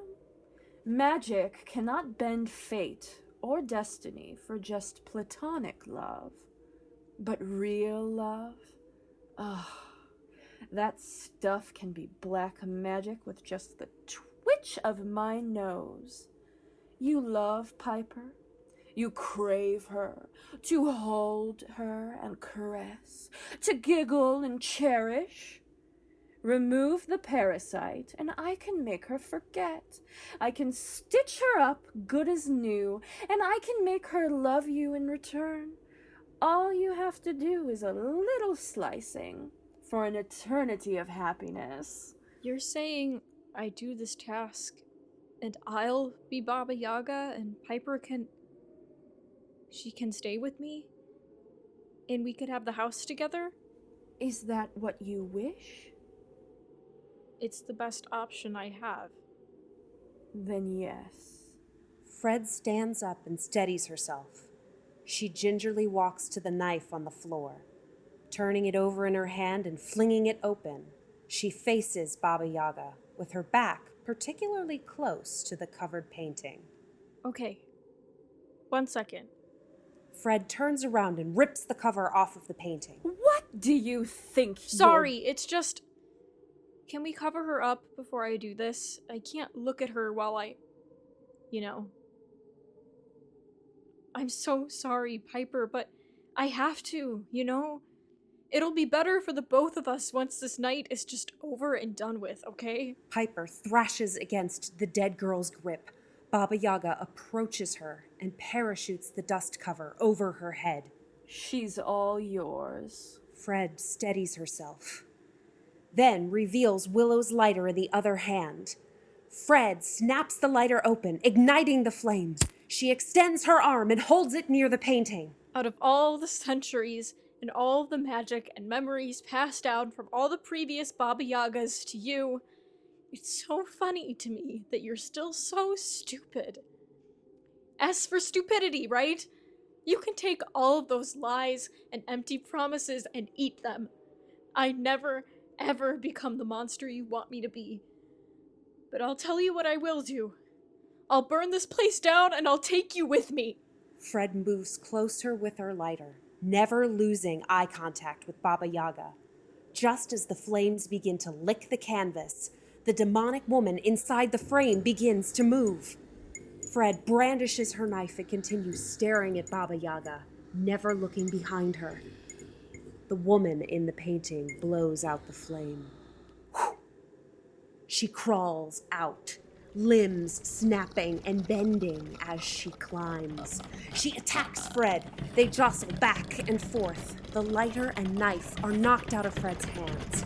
The entire house begins to rock back and forth. Everything is in a chaotic crescendo of limbs, horns, tentacles, blood, screaming, and then finally the oven flies open. It sits like a hungry mouth, waiting. Smoke billows out and charred hands erupt from the inside. They begin reaching for Fred as the devilish woman pushes her toward it. She grabs Fred by the throat. The hands begin pulling her inside the oven. We hear the roar of flames, the televisions showing hellfire. Fred is consumed by the oven. The oven door slams shut. Piper has overturned her chair. She's thrown the cover off of her body, and the dead girls are holding her down on the floor. Baba Yaga sits in a chair near the painting. She has shed her bathrobe and now wears a long black dress. A graffiti crown spray painted on the wall somehow sits perfectly on her head. Get off of me! Piper finally frees herself and runs to fling the oven door open and screams inside of it. She sticks her hands in, searching. She picks something up and immediately drops it. It's hot. She picks it up again and brings it out of the oven. It's the knife Baba Yaga gave Fred. Piper takes the knife and charges at Baba Yaga with it. Baba Yaga flicks her wrist and the knife is flung out of Piper's hand. Baba Yaga wraps her arms around Piper, holding her still. Piper goes limp in Baba Yaga's arms. I hate you. Let me go. You won. It's me. I get it. Are you happy? Why make me go through all of this if everything is already decided? Why make me lose the most precious people just to arrive at the exact same outcome? What? What is so funny about the inevitable to you? I think it's funny that you think so highly of yourself. It's kind of admirable, I guess. Stop speaking in riddles. That part of the evening is over. No riddles up my sleeves, love. Just the truth. You are not the next of my line. She is. Baba Yaga points to Piper's stomach. What are you saying? You know, people are becoming so careful. It's not been easy to find our next descendant. We obviously used to pull from our own coven, but when witch became a bad word, we had to adapt, find new resources. Our coven has all but disappeared into history, and we were left trying to lure milkmaids away from their villages just to ensure the continuance of our magic. You can imagine how exhausting that was. So, we tried something new. We needed a new Baba Yaga, but we also needed a new house for her. Or a temporary one at least. Because nothing truly tastes as good as homegrown. Capiche? You mean it was never me? Did you really think it was going to be you? That you were destined to take my spot? My power? My legacy? No, my dear. You are the most horrible thing a teenage girl can be. Just ordinary. You have no real desire or passion for any one distinct thing. You've experienced no traumas or deep pain. You live a charmed, ordinary, quiet life. You blend in with every background. You have no real sense of belonging to anyone or anything, making you the perfect blank canvas. You are a vessel, nothing more. The perfect house for my girl as she develops. You couldn't possibly have thought it would ever be you. Baba Yaga closes her eyes and takes a deep breath, inhaling Piper's scent. Interesting. You wanted it? Let me go. Who do you think you are? Tricking me with lies about freedom and magic and then taking literally everything from me, only to tell me that it was all for nothing? That all of this death was just for your own enjoyment?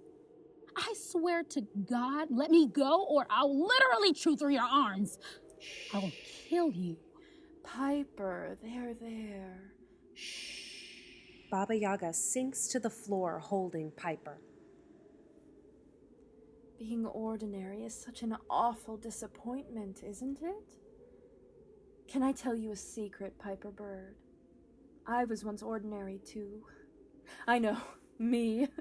No one would believe it if you told them, but it's true. When I was young, I was as exciting as a hard-boiled egg, dry and unseasoned. I absolutely dreaded my future. I felt too big for where I was headed. I felt trapped, but I couldn't see my cage. I thought for a while that my cage was my own mother, but she held me back with her plans and ideas for me. Her plans, her ideal for me. I didn't want perfectly folded bed sheets and a white picket fence.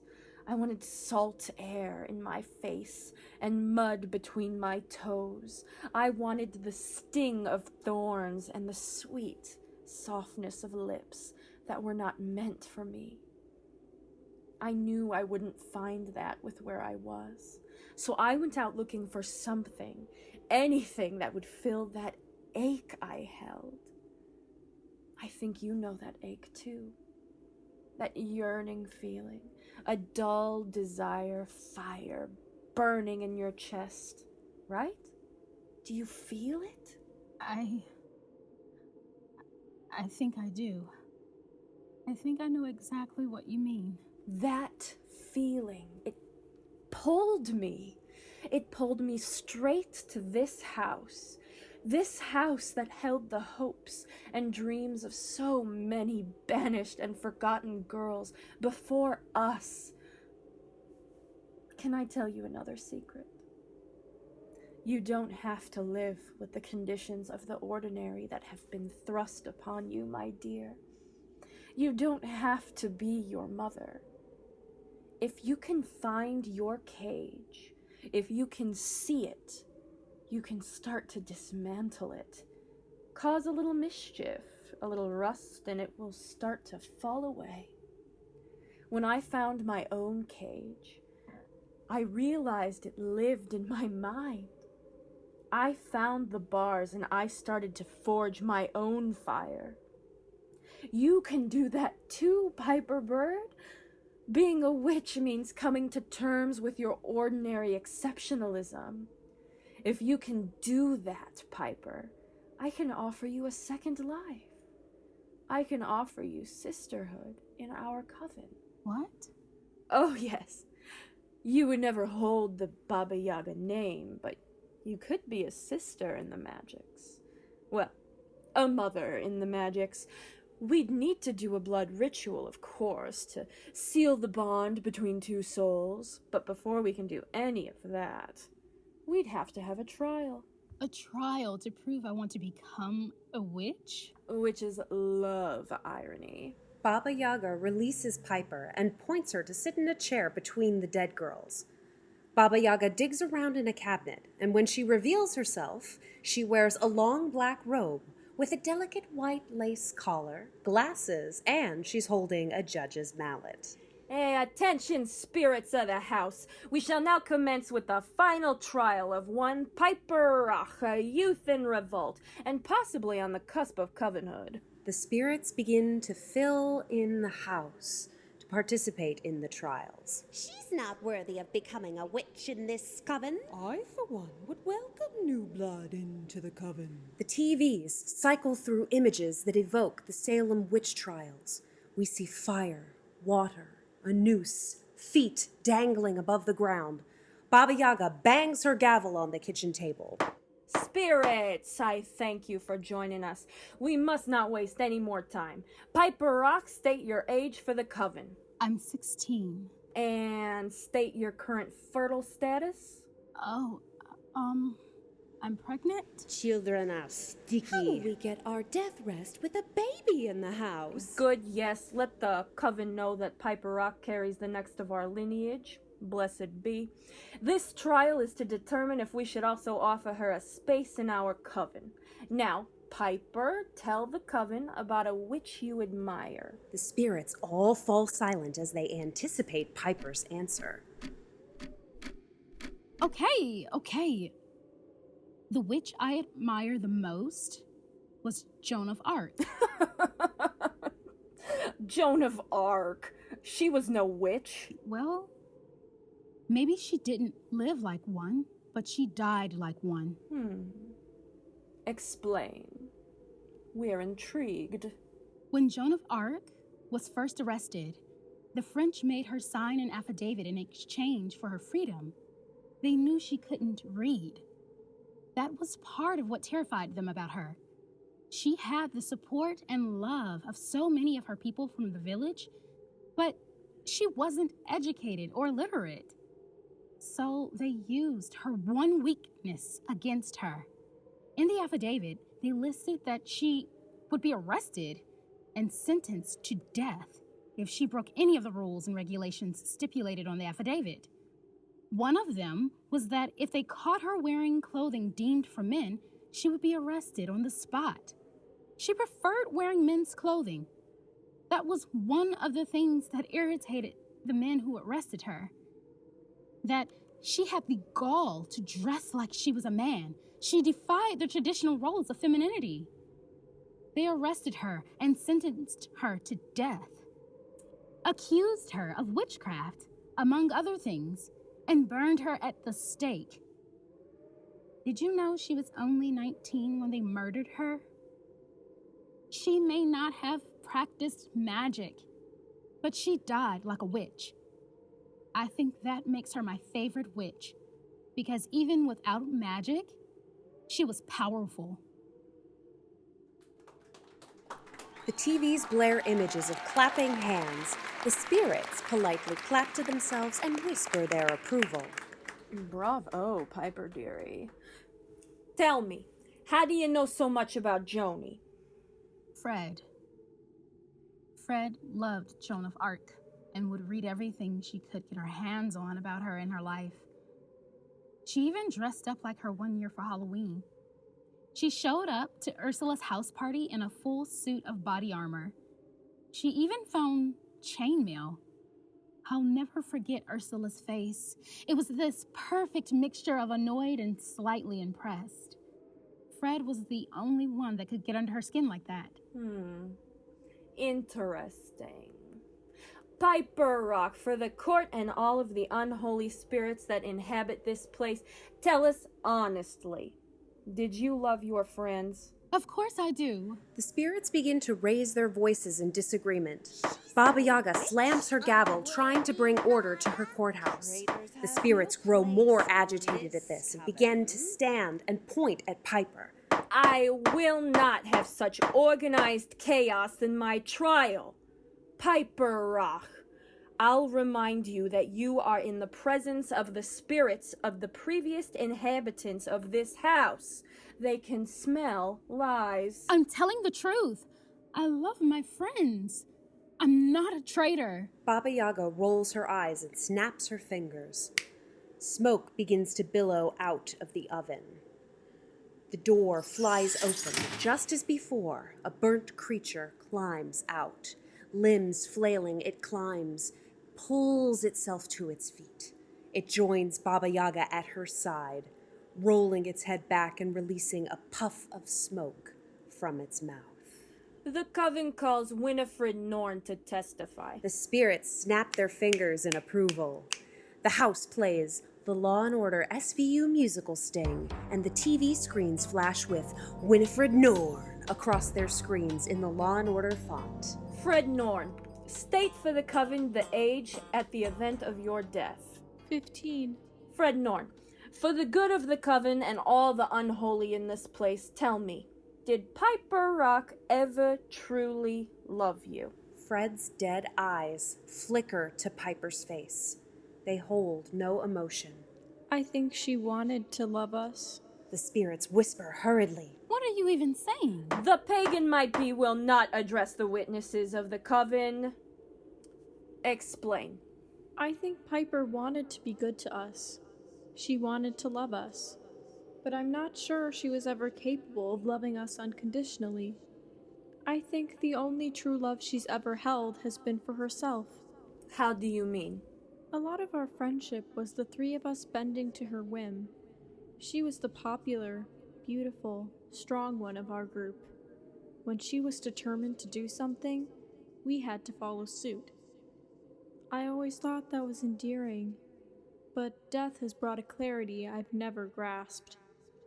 I think all of us were enamored with her in one way or another. We wanted her, wanted to be with her, wanted her to like us. So we did what she wanted. That's not true, and you know it. You know the dead don't lie. Do you have an example to share with the coven? Tonight, at some point, all of us wanted to leave.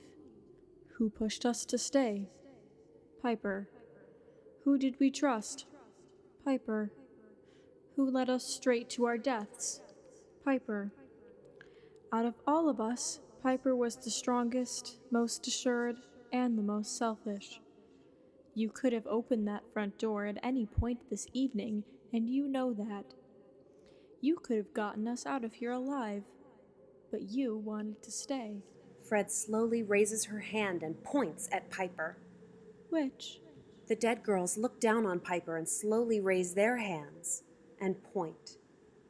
They start to chant "witch" together as they stare at Piper. The spirits of the house stand and begin to smile maniacally as they too start to chant "witch" in hushed whispers. Baba Yaga smiles greedily and raps her gavel on the table once more. The dead girls gather together, joining hands, sitting down at the foot of the stage. The spirits whispering halts. Thank you, Winifred Norn. Piper Rock, you have been accused by the dead of exhibiting traits that only a true witch could hold. Selfishness is a virtue in this coven. You have proven you hold honor for those who have died like us. You carry the next in our line, which makes your body sacred. But your soul is still up for debate. The coven holds one final question before we will deliberate your destiny. We need your confession. Tell me your sins, little Piper bird. Piper grits her teeth and glares at Baba Yaga, saying nothing. The first thing you will learn in being a witch is liberation. It's liberating to acknowledge your wants. Admiring your desires is the first step to shedding your ordinary skin and becoming something extraordinary. My confession? I'm not really sure what you want to hear a teenager confess to. Do you want to hear about the times I've lied? The times I've gossiped? The endless times I've told my mom I hate her? Do you want to hear about how I took a stupid boy from my high school to an abandoned house in the middle of the woods on a school night so I could have sex with him? Because I'm just so painfully bored with myself and my life that any sort of touch from another person drove me insane. It fixed me with a high that I can only assume is close to what drugs feel like. I loved the idea that he wanted me. Did I love him? Absolutely not. Did I love my friends? Yes. Or at least I loved them in the way I knew how. Because the truth is that my first coven failed me.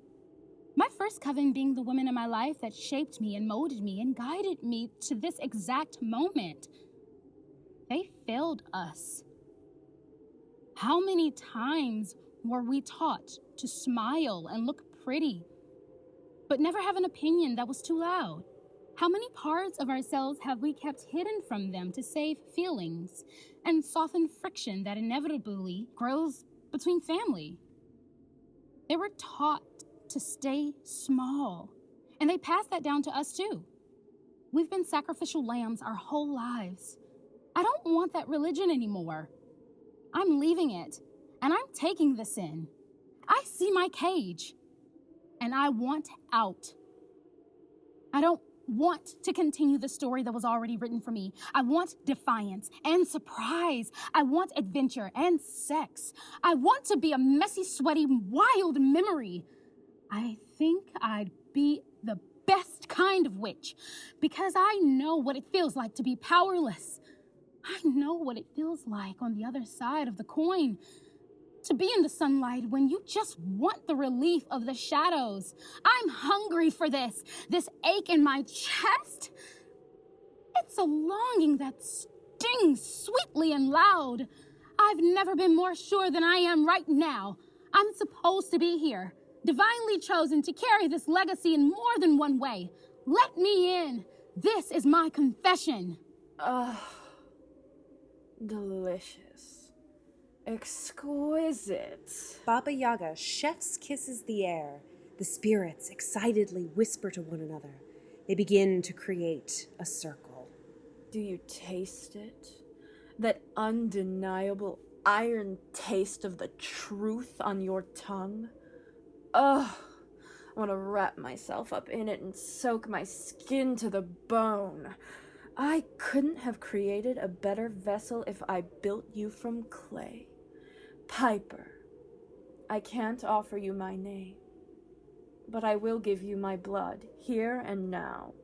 Spirits, prepare for the ritual. The spirits drape Piper in a long flowing gown and guide her to the back of the house. They put a crown of bones on her head and anoint her with a streak of blood. The spirits pass out flowers, and as Piper walks down the aisle to reach Baba Yaga, she is handed a bouquet. By binding ourselves together in this ritual, we become sisters. You become a part of me. You've already shared blood with the house, virginal blood, making the conception truly divine. By binding ourselves, we will become 3 in 1, a magical trinity. This house becomes your house too. It will protect you and guide you even after she is born. You will have a home here, not just with me, but with all of us. Blood is an eternal kind of binding and magic. Piper reaches Baba Yaga, who takes the knife and slices the palm of her hand and then Piper's. Baba Yaga seizes Piper's hand. Blood trails down their arms. The house shakes. Wind rolls through the windows. Cabinets rattle and open and close. Thunder rolls. The lights flicker. It seems like hands are coming out of every corner of the house. Bind, bind, bind the ways. Secrets soft with loving years. Hearts split, open at the seams. Sisters now in blood and screams. Baba Yaga and Piper scream together. Their screams devolve into laughter. Piper now sounds like the demonic laugh we heard when Baba Yaga was first revealed. We see both witches standing in the hearth of the home. Piper smiles maniacally. Baba Yaga embraces Piper. Come, come, help get our new sister settled in. The spirits circle in on Piper, each placing a hand on her as they lead her towards the back of the house. Piper is still smiling as she thanks all of them. She's led to the back door. Just as she gets there, Baba Yaga cackles. Piper turns around, surprised at her laughter. What's so funny, sister? You are, little one. I find naivety to be so entertaining. You should know better than anyone that no one can hurt you quite like family can. We're sisters now, after all, bonded by blood. Being family means that we share everything. What's yours is mine, and what's mine is, well, still mine. The spirits now hold Piper's hands behind her back. They bind her, gag her, and place a sack over her head. You see, the pesky thing with immortality is that it's a magical hysterectomy. I can't bear any fruits, but that doesn't mean I can't make things work with a little magic. You see, I'm going to remove your very own garden and plant it in my own acre of land. You were always a loose end I would have to tie up. Do you really think I could trust a random teenager with the ancient secrets of my lineage? That I would just welcome you, ordinary as you are, into my fold willingly? Silly girl. Magic is for real witches. You thought you could see your cage, but I told you it's in your own mind. You wanted to blame it on everyone else except yourself. Somewhere, buried deep in your heart, is a blackness. We call it narcissism. And rather than be content with who you are, content with your limits and your strengths, you felt entitled to things that were never destined to be yours. Such is the tragedy of your short, boring life. I want to thank you for your body, Piper. I'll make sure I honor it as I transfer the life you're growing to my own. Blessed be. Baba Yaga blesses Piper and then claps her hands. Spirits, let's prepare for the transfer. Please take the donor to the surgical room. Piper screams and struggles against her captors as she's dragged to the bowels of the house. Her screams grow distant. Baba Yaga removes her robe and pulls on a surgical gown and stethoscope. She unfurls an anatomy chart from the ceiling and studies it. The television screens show images of scalpels, bloody hands, and heart monitors. She washes her hands in a bowl on the table. Is there a doctor listening? I've heard motherhood is painful, but part of the job, I suppose. Well, should we go then? Oh. You don't want to come? Pity. Well, fine, I guess. Too many cooks in the kitchen as it is already. Dr. Yaga to the surgical room.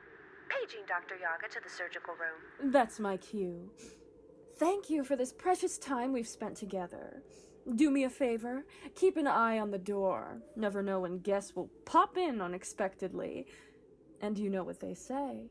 Be not inhospitable to strangers, lest they be angels in disguise. She winks as she saunters to the back of the house. Piper screams in between buzzsaws chattering and Baba Yaga cackling. The televisions light up with old film reels. They show a woman dancing with a child on her hip. The image isn't exactly clear, but we see the child smiling and giggling.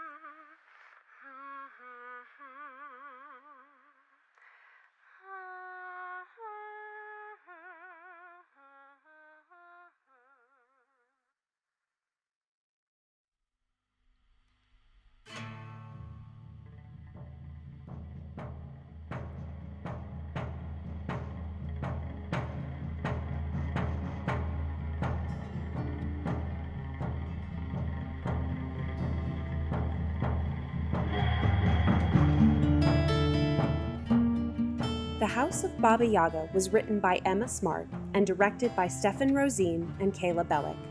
Voice talents were provided by Alexandra M. Hunter, Cynthia Esparza, Michele, Becky Valek, Emily Gulbrandsen, and Stephanie Lewis. Sound design was by Michele and Stefan Roseen. The Impostors Theatre Company stages stories at the crossroads of retrospect and innovation, where the fantastic collides with the everyday. In order to better our discourse, our relationships, and ourselves, we aim to inspire an urgency for the arts through the power of theater. If you're interested in finding out more about the Impostors, visit our website at theimpostorstheatre.com. We'd like to thank you for listening to our story and embracing the art of pretend. Sincerely, the Impostors.